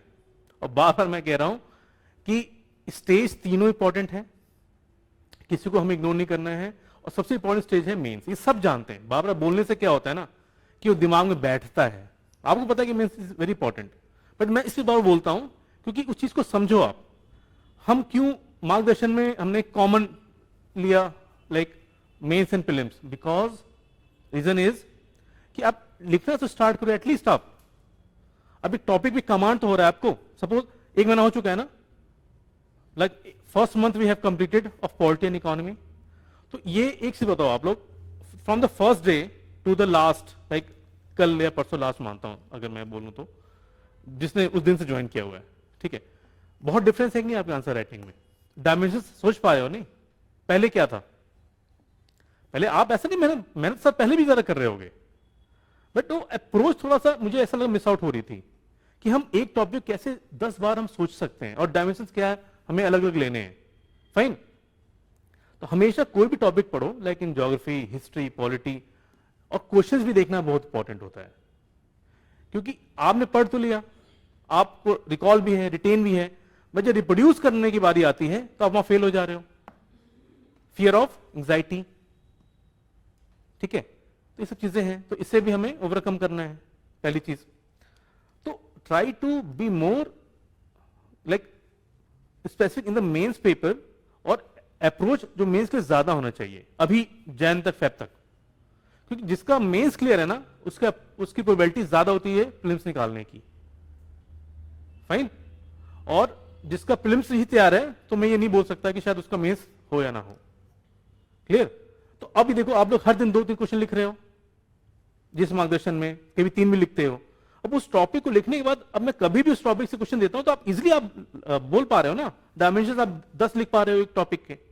इसका मतलब कि आपके दिमाग कंटेंट है, उसको आप रिप्रोड्यूस अच्छे से कर पा रहे हो। This is the USP of the मार्गदर्शन। जीएस मार्गदर्शन का जो मोटिव था कि देखो, विकास सर का जो इनिशिएटिव था ना जीएस मार्गदर्शन का, ये नहीं था कि हम आपको एक ही दिन पूरा सिलेबस पढ़ा देंगे, नहीं, हम आपको हर दिन पढ़ाने वाले हैं। And like we are giving the name school, we are giving name school, इसको हरियाणा में सकूल भी बोलते हैं बहुत, like in Haryana people call it school, ठीक है, इन देयर एक्सेंट। स्कूल हम क्यों नेम दे रहे हैं? वी आर कमिटेड टू के लाइक स्कूल। समझिए मेरी बात को। स्कूल में क्या होता है कि आप डेली अकाउंटेबल हो किस चीज के लिए? अपने होमवर्क के लिए। You are also accountable to the teacher and teacher is also accountable to you also. एक वाइस वर्सा सिस्टम चल रहा है। अगर ऐसा बहुत बार होता है, ग्रुप में हमने देखा है कि आपके असाइनमेंट्स पूरे हो गए, एसएसटी, फिर आप मैसेज लिखते हो सर एसएसटी का जल्दी भेजिए चेक करके, तो हमें प्रेशर होता है ना कि हमें भेजना है आज शाम तक, क्योंकि अगर हम 2 दिन ना भेजें, यार आप 4 दिन गायब रहो क्लास से, तो एक जो कंटेंट हमारे बीच बना हुआ है वो शायद मिस आउट होना स्टार्ट हो जाएगा। और लॉस हमें नहीं है, शायद आप दूसरा आ जाएगा हमारे पास, बट आपको लॉस होने वाला है।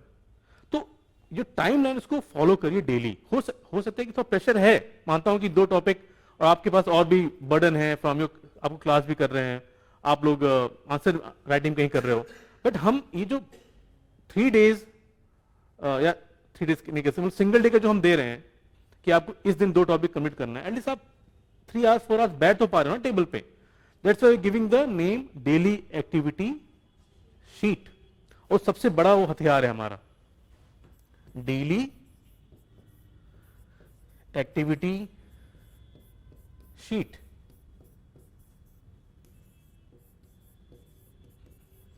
I am not going to discuss the what we have done in daily activity sheet, आपको पता है, ठीक है। बट अब ज्योग्राफी और हिस्ट्री की पर्सपेक्टिव में आप कैसे इसको करोगे? तो सेम जो हमने फंडा यूज किया हुआ है कि कुछ टॉपिक उठाना है। देखिए, बहुत बच्चे डाउट करते हैं कि sir like those who are recently join the GS Margdarshan कि सर हमें करना कैसे है, हम स्टार्ट कहां से करें, ठीक है, एक्टिविटी शीट हम कब भरें, हम वर्कबुक कब करें? तो तरीका उसका यही है ना, फॉर्मेट यही है कि देखिए, first is suppose topic is, I can take first geomorphology. अगर मैं ये टॉपिक पहला दिन ले रहा हूं, लॉजी 1, इसमें टॉपिक क्या हो रहा है? Only 3 topics. First is earth, interior of the earth and rock structure, ये टॉपिक है, ठीक है। अब सपोज पहला हमारा काम होगा कि first we have to study this topic from any source. जो भी आपने सोर्स फॉलो किया है, I suppose that you can follow NCERT, your reference book, your class notes, anything. But जिसको आपने ज्यादा बार पढ़ा उसी को पढ़िएगा। मैं वही बाबा कह रहा हूं कि जो नई चीज पढ़ने की जरूरत नहीं है, ना मार्केट से कोई चीज लेनी है, एनसीईआरटी सोर्स आपके पास सबके पास होगी, या कोई रेफरेंस बुक। एनसीईआरटी के बाद ही हम उठाएंगे ना रेफरेंस। तो जो भी आपने सोर्स फॉलो किया उसको रिवाइज करिए। Now second one is, after revising the topic, your next task is to fill up the daily activity sheet. जब टॉपिक दिमाग में आना स्टार्ट होगा तो उसकी डायमेंशन भी हम सोच पाएंगे, ठीक है।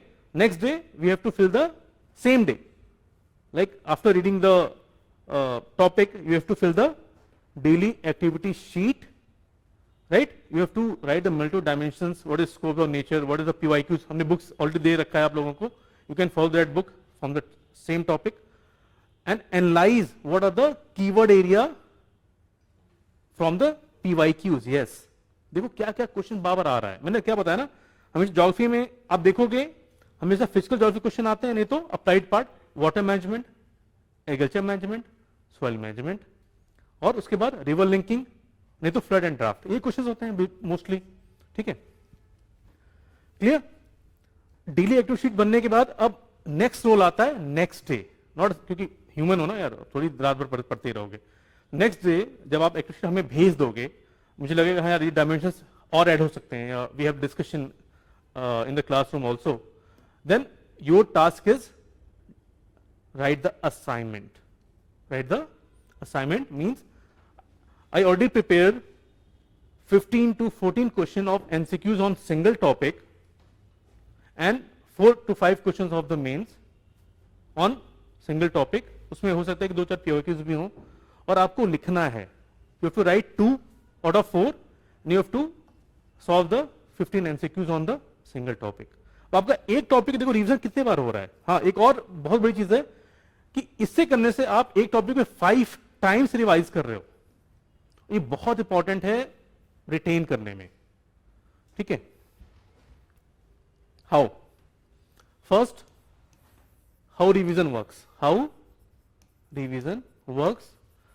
जो यहां मोस्टली बच्चों की प्रॉब्लम यही होती है कि सर रिवीजन नहीं हो पाता, रिवाइज नहीं कर पाते हैं, हमने पढ़ तो लिया है बट कोलेट नहीं कर पा रहे, डायमेंशंस नहीं समझ में आ रहा है. वो तभी आएगा जब आप रिवाइज करोगे मैक्सिमम टाइम्स. ठीक है. How revision works. First, topic को पढ़ रहे हो, एक रिवीजन हो रहा है. ठीक है. सेकेंड हो रहा है जब आप डायमेंशंस पे बात कर रहे हो, डायमेंशंस लिख रहे हो ना से टेबल में, second revision. Third is discussion with the faculties, ये आपका थर्ड डिवीजन हो रहा है. Fourth is writing the assignment, ये भी एक डिवीजन है आपका. और फिफ्थ वन इज PYQs. अब बताओ, इतने करने के बाद वो टॉपिक अगर उसके बाद भी अगर आपको 10 दिन बाद मैं पूछूंगा नहीं आ रहा है, तो इसका मतलब कि ध्यान कहीं और था. मतलब और कोई रीजन नहीं हो सकता कि इसका मतलब कि आप लिख तो ले आए हैं, चाहे आप कहीं से लिख के लाए हो, पर आपने खुद नहीं लिखा है. कि कोई भी अगर ऐसा लिख लेगा ना, तो मैं सपोज करता हूं उसको एक टॉपिक आ जाएगा. वही तो करना है हमें, ज्यादा बर्डन नहीं देना है. बस आप PYQs देखो, टॉपिक देखो और try to find out the keyword area. और कीवर्ड वही है आपका टॉपिक है. ठीक है. अगर क्वेश्चन है एक, देयर इज अ क्वेश्चन 22 कि what is mantle plume. Mantle plume, mantle plume, right. Describe its features. Fine. तो सबसे पहले मेंटल का मतलब ही हो गया, वो मेंटल नहीं, mental means the interior of the अर्थ. और प्लूम वो जो लावा टाइप का निकल रहा है, जो डिफरेंट फॉर्म्स हो सकते हैं ना. ठीक है. देखो बेसिक क्वेश्चन है, इसको बस लिखना है. फीचर्स अगर आपको डायग्राम समझ पा रहे हो तो बना दो, कैसे फॉर्मेशन होती है डिफरेंट डिफरेंट लैंड फॉर्म्स की विद द प्लूम. भाई लावा से इग्नियस रॉक भी बन रहा है, सेडिमेंटरी भी बन रहा है और मेटामॉर्फिक बन रहा है. पर सबसे इंपॉर्टेंट कौन सा रॉक होता है हमारा? बेस इग्नियस रॉक होता है. ठीक है. Clear? You getting my point? 5 times revision of the single topic. This is the USP of the GS मार्गदर्शन. फाइन. क्लियर हुआ कुछ कैसे ज्योग्राफी को अप्रोच करना है? देखिए आज की क्लास में मुझे बस यही डिस्कस करना था कि अप्रोच कैसे करोगे. कहीं से ऐसा नहीं कि रैंडम उठा के पढ़ना स्टार्ट करो, नहीं. सबका एक तरीका होता है चीजों को करने से. ठीक है. और revision gives a lot of confidence day by day. Fine. अब एक और चीजें डिस्कस करनी है मुझे कि वर्ल्ड मैप कब पढ़ें. ठीक है. World map, world map. What is a suitable time for reading of the world map, or when we have to start the world map? ये क्वेश्चन हो सकता है. World map means Atlas. बचपन में होता था हमारे घर में एक एटलस होता था. ठीक है. बच्चे पढ़ रहे हैं उससे. तो वर्ल्ड मैप आप कभी भी स्टार्ट कर सकते हो. इसका एक प्लस पॉइंट क्या है कि वर्ल्ड मैप में you don't need to be a very like expert in the subject. World map क्या है? रिकॉल करना है, रिटेन करना है. वर्ल्ड मैप सपोज एक कॉन्टिनेंट है. ठीक है. तो जब वर्ल्ड मैप समझ आएगा ना, तो आपको your IR section, your environment section, your current event section, ये इजिली इसके समझ में आना स्टार्ट हो जाएगा. तो हमेशा अगर पढ़ो तो try to use the world map. कोई समझ नहीं आ रहा है तो देखो कहां पे लोकेशन है क्या उसकी. ठीक है, अगर आपको नहीं पता कि इजराइल जॉर्डन का बॉर्डर किधर है, गोलन हाइट्स किधर है, ठीक है, where is Mediterranean Sea, where is Black Sea, right, where is New Zealand, where is Australia, where is South America, where is Brazil, where is North America, where is Canada, where is Alaska, right, where is Europe, Europe पूरा है तो उसमें, ठीक है, उसके बाद Russia किधर है, सबसे कोल्डेस्ट पॉइंट कौन सा है, पैसिफिक ओशन किधर है, अटलांटिक किधर है, इंडियन ओशन किधर है, वर्ल्ड मैप, मतलब वर्ल्ड मैप करने के बाद you get a very lot of confidence to recall the places as well as the mountains like lakes, rivers, fine, वो कभी यूज कर सकते हो। एक कुछ सालों पहले एक न्यूज में एक चाणक्य लड़का था, उसको चाणक्य बोलते थे, जो छोटा चुन्नी वाला जो लड़का था, तो बड़ा फेमस हुआ। व्हाई? बिकॉज उसको एक एक चीज याद थी और उसने पता कहां से रिकॉल किया था, फ्रॉम एटलस में डाला था। A boy of age 5 to 6 years recall all the location of the world. तो we can say oh is a Chanakya, his memory power is very great, ऐसा बोला जाता था ना, बट ऐसा नहीं है, कोई भी कर सकता है। But you have to revise the world map atlas 2 or 3 times। और जब फील होना स्टार्ट होता है, ज्योग्राफी हमेशा जब फील होना स्टार्ट हो जाएगा ना, जैसे एक चीज बताओ, I think you are from Kerala, Tamil Nadu, you are from UP, Jaipur, you Haryana, lot of students are from different background, but right now you are in Delhi. But अगर मैं केरला की बात, तमिलनाडु बात करता हूं, तो तुरंत आपको पूरा वो मैप सबसे ज्यादा जाता है ना, you recall all the places. Suppose for example, like daily you read the newspaper, fine, you read a news of USA कि वहां पे like government change, Donald Trump again comes to the power। आपने news पढ़ी, you can also read the news of Canada, you can also read the news of Israel, but you are from Tamil Nadu। whenever you find a news of Tamil Nadu in your newspaper, आपका ध्यान automatic ज्यादा चला जाता है, होगा ना ऐसा? अगर और अपने गांव नहीं, मेरे गांव में क्या हो गया, ऐसा इसने क्या कर दिया, ठीक है, क्योंकि आप उस जगह से बहुत ज्यादा अवेयर हो, you are very much aware of the place of your native, like and state, your native state like Tamil Nadu, UP, Haryana, Jaipur, anything. उससे क्या होता है कि आपका जो ध्यान है ना, ऑटोमेटिक ज्यादा होता है, और जब ध्यान ज्यादा होगा तो हमेशा रिटेन ज्यादा होगा, ठीक है। अगर suppose I am from UP और मुझे यूपी की न्यूज एकदम रटी हुई है, and I also read a news of Andhra, तो शायद मैं दूसरों नहीं बता पाऊं, बट अगर मैं यूपी का हूं तो मैंने अगल बगल न्यूज देख ली है। अभी न्यूज थी लाइक 2 years ago कि there is a huge gold mountain under the earth in Unnao. एक बाबा जी ने कुछ बोला तो उसके लिए गवर्नमेंट ने पूरा एरिया कवर किया, बट वो निकला कुछ नहीं, फॉर एग्जाम्पल। तो उन्नाव लोगों के दिमाग बैठ गया था, यस वहां पे किसी ने बोला कि इसके नीचे गोल्ड की माइंस पड़ी हुई है, बट वो किसको पता होगी? मुझे पता है, because I am from UP for example, but the people from Andhra, from Maharashtra, उनको नहीं पता नहीं होगी, क्योंकि उनका इंटरेस्ट भी नहीं होगा।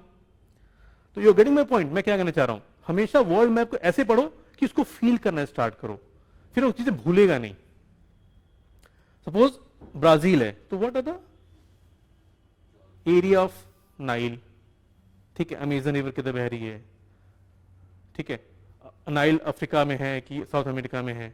उसके बाद डेजर्ट्स कौन कौन से हैं, जैसे आपको पता है कि desert always on the western side of the continent, हमेशा रहता है, तो उसका रीजन क्या है? तो try to analyse the different deserts, feel करो, लाइक साउथ अमेरिका में कौन से डेजर्ट्स हैं, अमेरिका में कौन से हैं, अफ्रीका में सबसे ज्यादा डेजर्ट्स हैं तो क्यों ज्यादा हैं, लाइक इंडियन भी थार भी है तो हमेशा वेस्टर्न साइड में क्यों है, राइट, अटाकामा डेजर्ट है तो हमेशा उधर क्यों है। तो ये फीलिंग जब आप करना स्टार्ट करोगे तो उससे क्या होगा कि you have the better understanding of the topic as well as the location also. Location याद होने स्टार्ट हो जाते हैं, और वर्ल्ड मैप मीन्स लोकेशन और माउंटेन्स और पूरा ओवरव्यू ऑफ द सब्जेक्ट।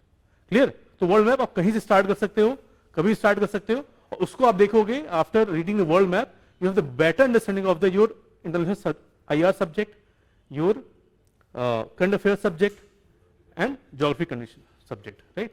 और हिस्ट्री भी, क्योंकि हिस्ट्री भी अगर मैं बात करूं कि this is Lanka in Kashmir,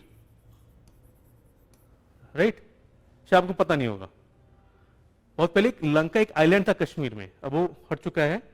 तो कभी आप देखिएगा तो एक न्यूज अगर मैं बोलूं लंका इन कश्मीर, तो लंका बोलते आपको उससे ध्यान गया सीधे Sri Lanka, but this is also a Lanka in Kashmir, right. Try to find out from Google for example. तो इससे क्या होता है कि टॉपिक को इजी और अच्छे तरीके से हम रिटेन कर पाते हैं। Fine. On the last and least, अब तो क्या है कि जिस मार्केशन इज क्लियर एवरीथिंग, हमें क्या करना है। ज्योग्राफी में क्या है कि मैंने दिखा देता हूं आप लोगों को।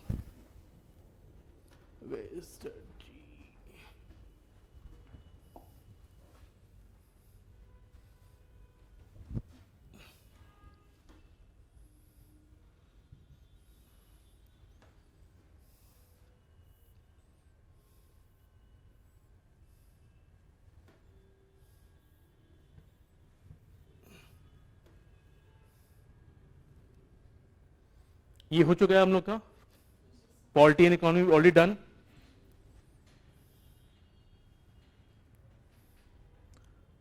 Now see the schedule of geography.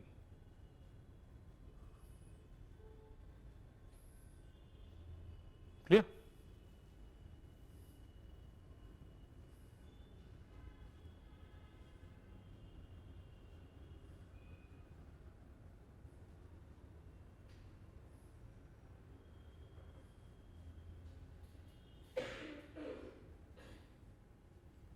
ठीक है, is the schedule of geography. From the day one we start from the geomorphology, that is topic जो ऑल डिस्कस किया।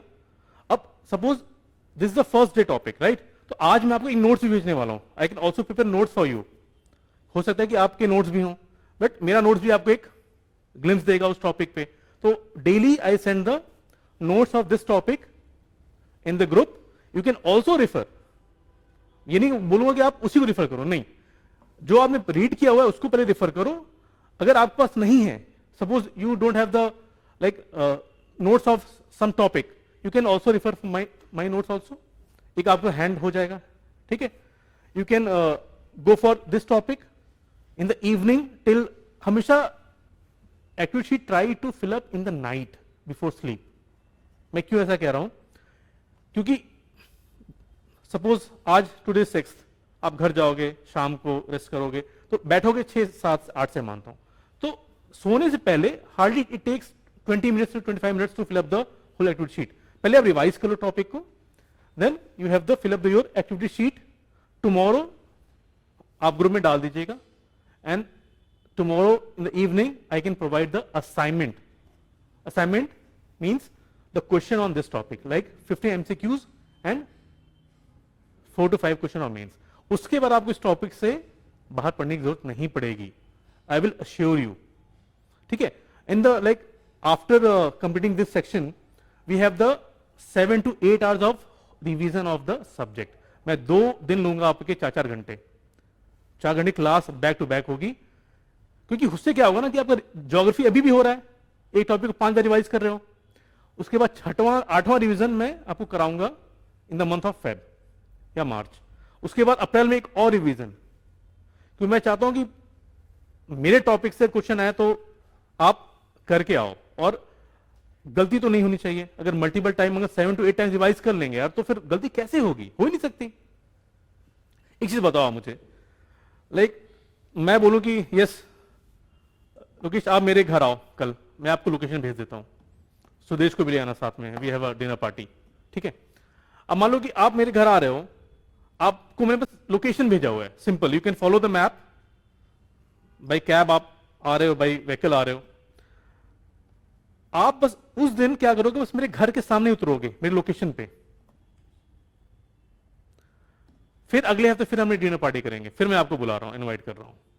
जब आओगे आप ना नेक्स्ट टाइम, तो आपको मेरे घर के अलावा बगल वाला भी घर नजर आना स्टार्ट हो जाएगा कि सर के घर के बगल में भी शर्मा जी भी रहते हैं, शर्मा AK शर्मा रह रहे हैं। फिर अगले महीने फिर मैं आपको बुलाऊंगा, तो शर्मा जी के बगल में जो शॉप होगी ना, वो भी आपको समझ में आनी स्टार्ट हो जाएगी, ये यार सर के बगल में शॉप भी है। फिर विजिट करोगे तो रोड और एंट्री पे किसका घर था वो भी आपको याद होगा, और पेड़ कौन सा था वो भी याद होगा। ये क्यों हो रहा है बार बार? मल्टीपल टाइम्स, ठीक है ना। और डायरेक्शन हमेशा भूलता नहीं, हमें ये बात पता ही है ना, क्योंकि हम उसको फील करते हैं डायरेक्शन को। आप समझो मेरी बात को। 2014 में the couple got the Nobel prize for medicine. उन्होंने क्या डेवलप किया था कि जब याददाश्त चली जाती है हमारी, तो दो चीज हमें नहीं भूलती, डायरेक्शन और ड्राइविंग। कभी आप इसको पढ़िएगा कभी, क्यों? क्योंकि आपने फील करके उसको स्टोर कर लिया सबकॉन्शियस माइंड में। फाइन, तो वही करना है हमें टॉपिक के साथ। आप देखो 4 बार पलटोगे तो आपने ऑटोमेटिक, जो एक टॉपिक पढ़ने में आपको 2 घंटे लग रहे थे, आफ्टर 6 to 7 टाइम्स रिवीजन आपको हार्डली 5-10 मिनट्स लगे उसको देखने में। और एक चीज और मैं आपको दूंगा, एक हैंडी नोट दूंगा मैं, हो सकता है कि मेरा बनाया हो, बट वो फिल्म से पहले एक बार नजर मार के जाओगे ना तो बहुत चीजें वहां से आने वाली हैं। एक वर्ल्ड मैप को तरीके से कैसे रटना होता है, चीजें हैं क्या हैं, उस समय आपको दूंगा जब हम रिवीजन सेशन कर लेंगे उसके बाद, ठीक है। नाउ द लास्ट क्वेश्चन, ये क्लियर हुआ? ठीक है, we have the whole month session, ठीक है। हम वही जो मैंने बताया आपको, इंडियन ज्योग्राफी पढ़ेंगे, फिर उसके बाद रिवर सिस्टम पढ़ेंगे, फिर क्लाइमेट पढ़ेंगे, किसका? इंडिया का। पहले हम क्लाइमेट बेस पढ़ेंगे, व्हाट इज द क्लाइमेट, वो कैसे क्लाइमेट बनता कैसे। Then we have the world geography, then फिर एग्रीकल्चर हमें पढ़ना है, then we have economic geography, then we have the human geography, right. Then we also celebrate the new year also. अब सोचो कि कैसे टाइम निकला, पता नहीं चला, नहीं 24 ऐसे निकल गया। और इसके बाद तो फिर एक आग लगेगी आप लोग के अंदर भी कि अब तो 3-4-5 महीने बचे, कैसे करें। तो देखो पैनिक नहीं होना है, मैं आपको बताऊं, जितने कूल माइंड से जाओगे, ये जो यूपीएससी जर्नी है ना, ये आपको टॉपर नहीं, कि टॉपर को पता नहीं होता कि वो टॉपर बनने वाला है। पहली चीज, if you score 50-60%, you are in the top 100, right. Clear the schedule. And the last and the least, देखो 6 महीने बचे हुए हैं, तो उसके लिए हम क्या क्या कर सकते हैं। एक तो अवॉइड ओवर थिंकिंग करो, ठीक है, ये की पॉइंट्स समझ लो, avoid over thinking. Second is be self aware about your self. हर आदमी का वीकनेस है और स्ट्रांग पॉइंट है, उसको पकड़ो, ठीक है। थर्ड इज से नो टू डिस्ट्रैक्शंस, जैसे सोशल मीडिया, टेलीग्राम, ये डिस्ट्रैक्शन है आपके लिए। आप मल्टीपल कंटेंट को आप डाउनलोड कर रहे हो, पर आप पढ़ कहां रहे हो उस चीज को। तो जो आपने फॉलो किया, try to follow that distraction. And the last one is your consistency, discipline, and your health. This is the last, because your health is also very important for you. Like in the green belt, बोलूंगा इसको मैं? नहीं, red belt, Delhi, polluted city. You have to also care of yourself, your health, and your consistency and your daily discipline. देखो एक ही word मैंने first बोला था कि discipline always overcome intelligence. हमेशा डिसिप्लिन ही है जो आपको सक्सेस दिलाएगा, चाहे कोई भी फील्ड हो। Clear? Now this is the session for geography, and if you have a doubt, we are already connected in the group, you can message me and I can personally message you regarding the your doubts. Clear? Thank you so much.